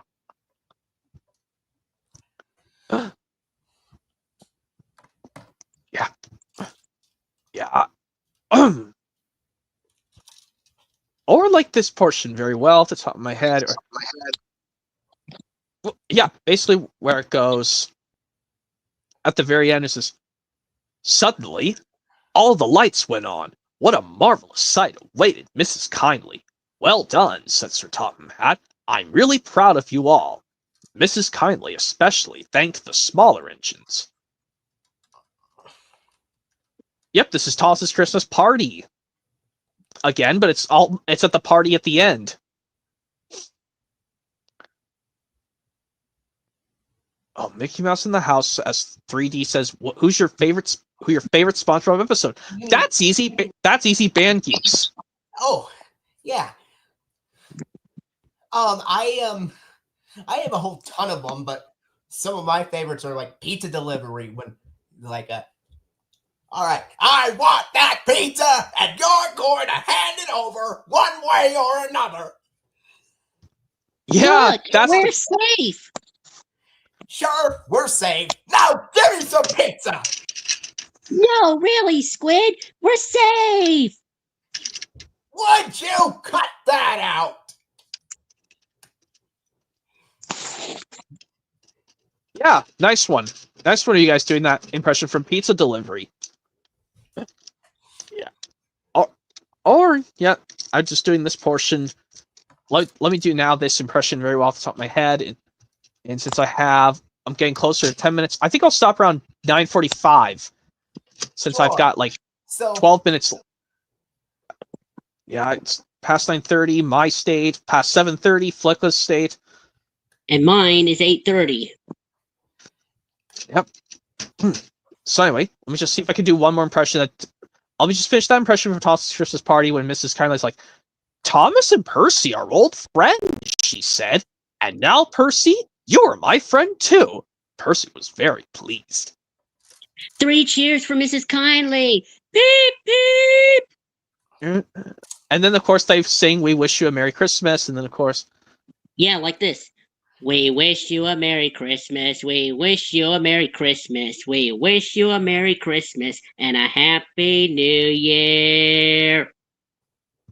And then everyone's whistling because they think it's the best Christmas party ever. But now let's do this impression from the other Christmas episode up at the end of the second season of Thomas. But it's at the very beginning. Was this Sir Topham Hatt was now waiting impatiently for Thomas. Quickly now, he said. Our Christmas tree has arrived just in time. I want you to fetch it, Thomas. Duck can look after Annie and Clarabelle until you get back. Will we be able to sing carols too? Asked Thomas. We'll see, promised Sir Topham Hatt. It'll be nice to sing carols again, sighed Thomas as he set off on his important mission. And he passes Duck the same way just like he did it in The Runaway, except he's got the flatbed because Duck is in front of Annie and Clarabelle because Duck has to look after them. And then there's But like, of course, and then of course, like they were grumbling about Thomas for being late. Silence! Said Sir Topham Hatt. Thomas left the works safely, but snow has brought those telephone lines down. We must assume he is stranded. The engines now felt sorry for Thomas, and cold but confident, the twins set off to the rescue. And of course, suddenly they came to a drift that was deeper than the rest. Help! Listen, insisted Donald. Over here! Oh, Oh, it's Thomas. Yeah. come on, the Porterwee engine must be frozen to the frames in there. And then, of course, like they all travel back home, and Sir Tom Hatt greeted them warmly for doing such a great job for getting it back just safely. It says basically, Sir Topham Hatt greeted them warmly. As a reward for all your hard work, you may go and enjoy those carols. Be quick now. It says, at the big station, all were soon ready. 1, 2, 3. Suddenly, like magic, the station was covered in lights. Ladies and gentlemen and children, I give you 3 cheers for Thomas the Tank Engine and all his friends who have made this occasion possible. Okay, now I forgot to say this. Now it's time for me to do impressions from endings. Well, it makes sense because it's 9:36 already.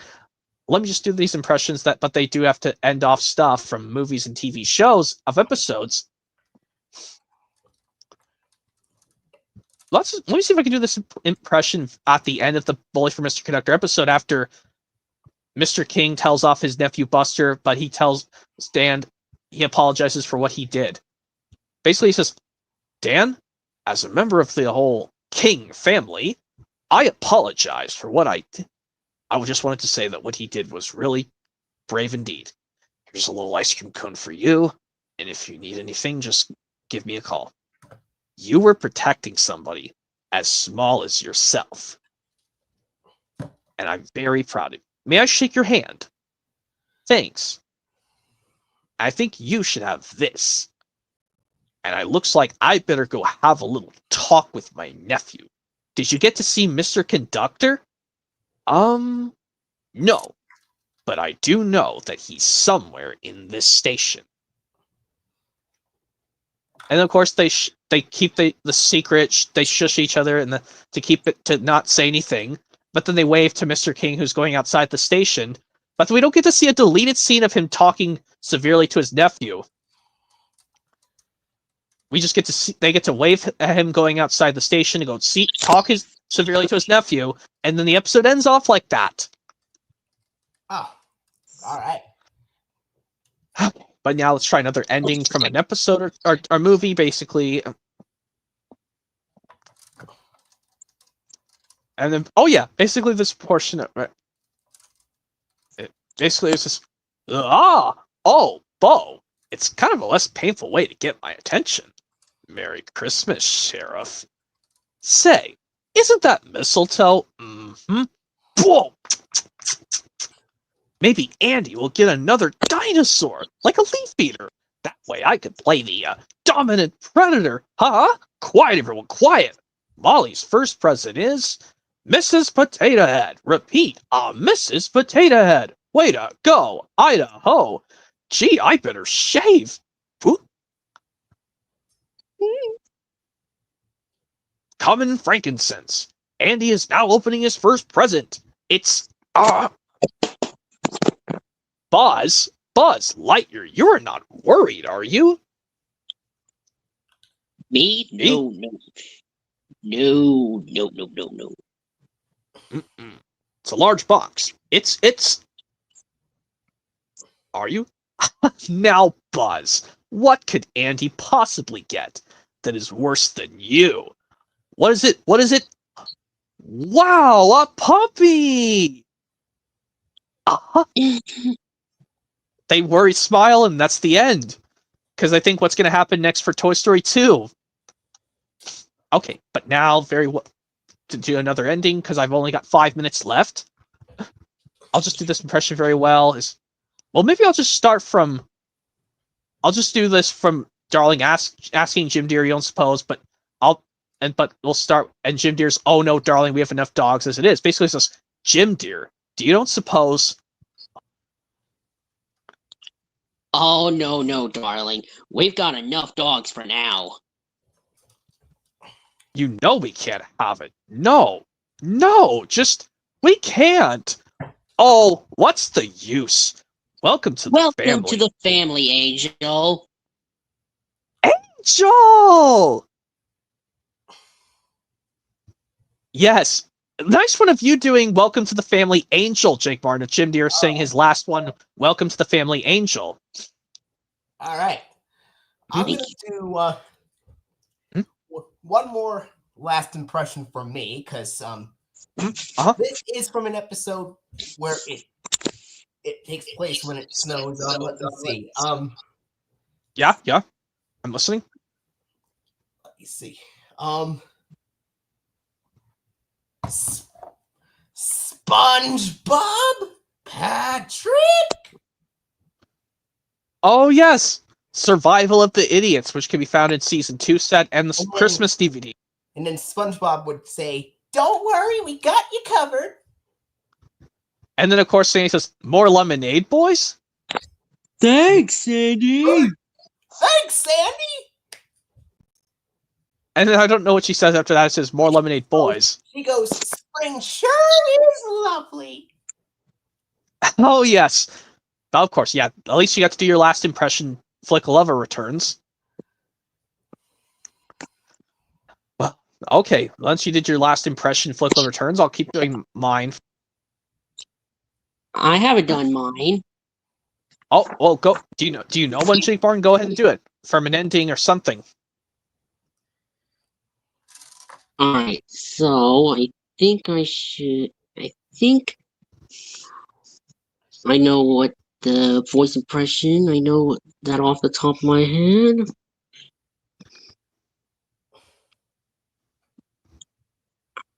I think I got it. Yes, Quiet! said Sir Tom Hat. Percy and Duck, I am pleased with your work today, but not your behavior tonight. You have caused a disturbance. Gordon, Henry, and James snickered. As for you, Thundered Sir Tom Hat. you've been worse. You made the disturbance. Duck is quite right. This is my railway, and I give the orders. After Percy went away, Duck was left to manage alone. He did so easily. Oh, that's when Duck takes charge. Oh, yeah, okay. As long as Or the like- George Carlin narration, taken from that Shining Time Station episode, Stacy says, "No!" And it's also on this one. Yeah, I brought that up before. There's also Art. a version that has Ringo Starr's narration that can be found on the VHS of Thomas Breaks the Rules. But anyway, yeah, just now I'll see if I can do one last impression, or I'll just do one or two. It's basically says, I didn't cause your accident on purpose, Thomas, whispered Percy. You do know that, don't you? Of course. Replied Thomas. Yeah, Double Trouble, aka Thomas Percy in the Call, the George Carlin narration. Yeah. And just like with that, there is also a Ringo version that can be found on Thomas Breaks the Rules. Yeah, but anyway, let's see if I can do one very last impression. Yeah, this last impression very well. For from an ending or something, I can do it very well at the top. Basically, I'll just do it like this. Yeah. Basically, it's like, and there was Thomas's surprise. A huge Christmas tree was standing in the village square. Its light shone and its baubles twinkled, and at the bottom of the tree were lots of presents. There was even some tinsel for Thomas. It's the it's the best surprise I've ever had, Thomas Puff whistled happily.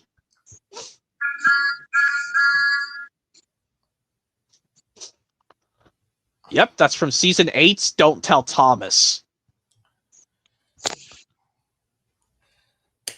All right. Which can be this is on Thomas's Solar Celebration and Holiday Express. All right. Well, hopefully, yep, it's 9:45, so I'll go ahead and stop this stream. I'll let you guys go, and All right. hopefully we'll get ready for another stream coming in the new year, 2026. Yeah. We'll see you then. Well, you'll still get to be chatting on YouTube for till then, when till this year's over. Yes. All So right. yep, I'll let you guys go.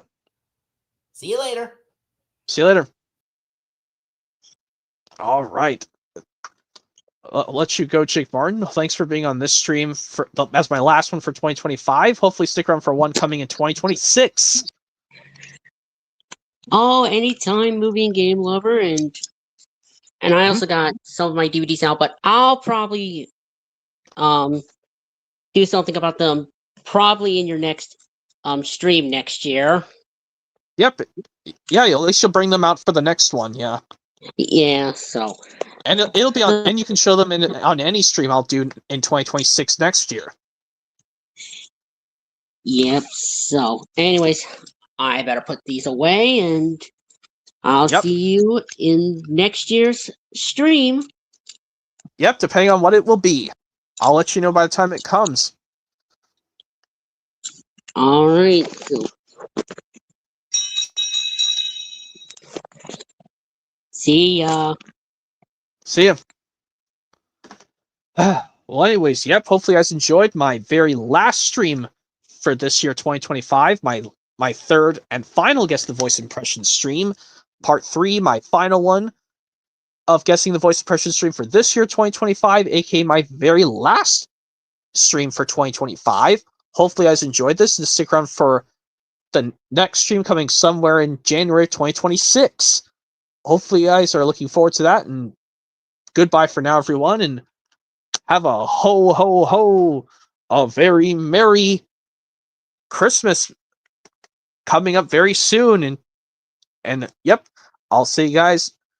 Happy holidays to you all, and a Merry Christmas, and to all, good night. Everyone, bye for now, and a Merry Christmas from the stream to all, and to all, a goodbye.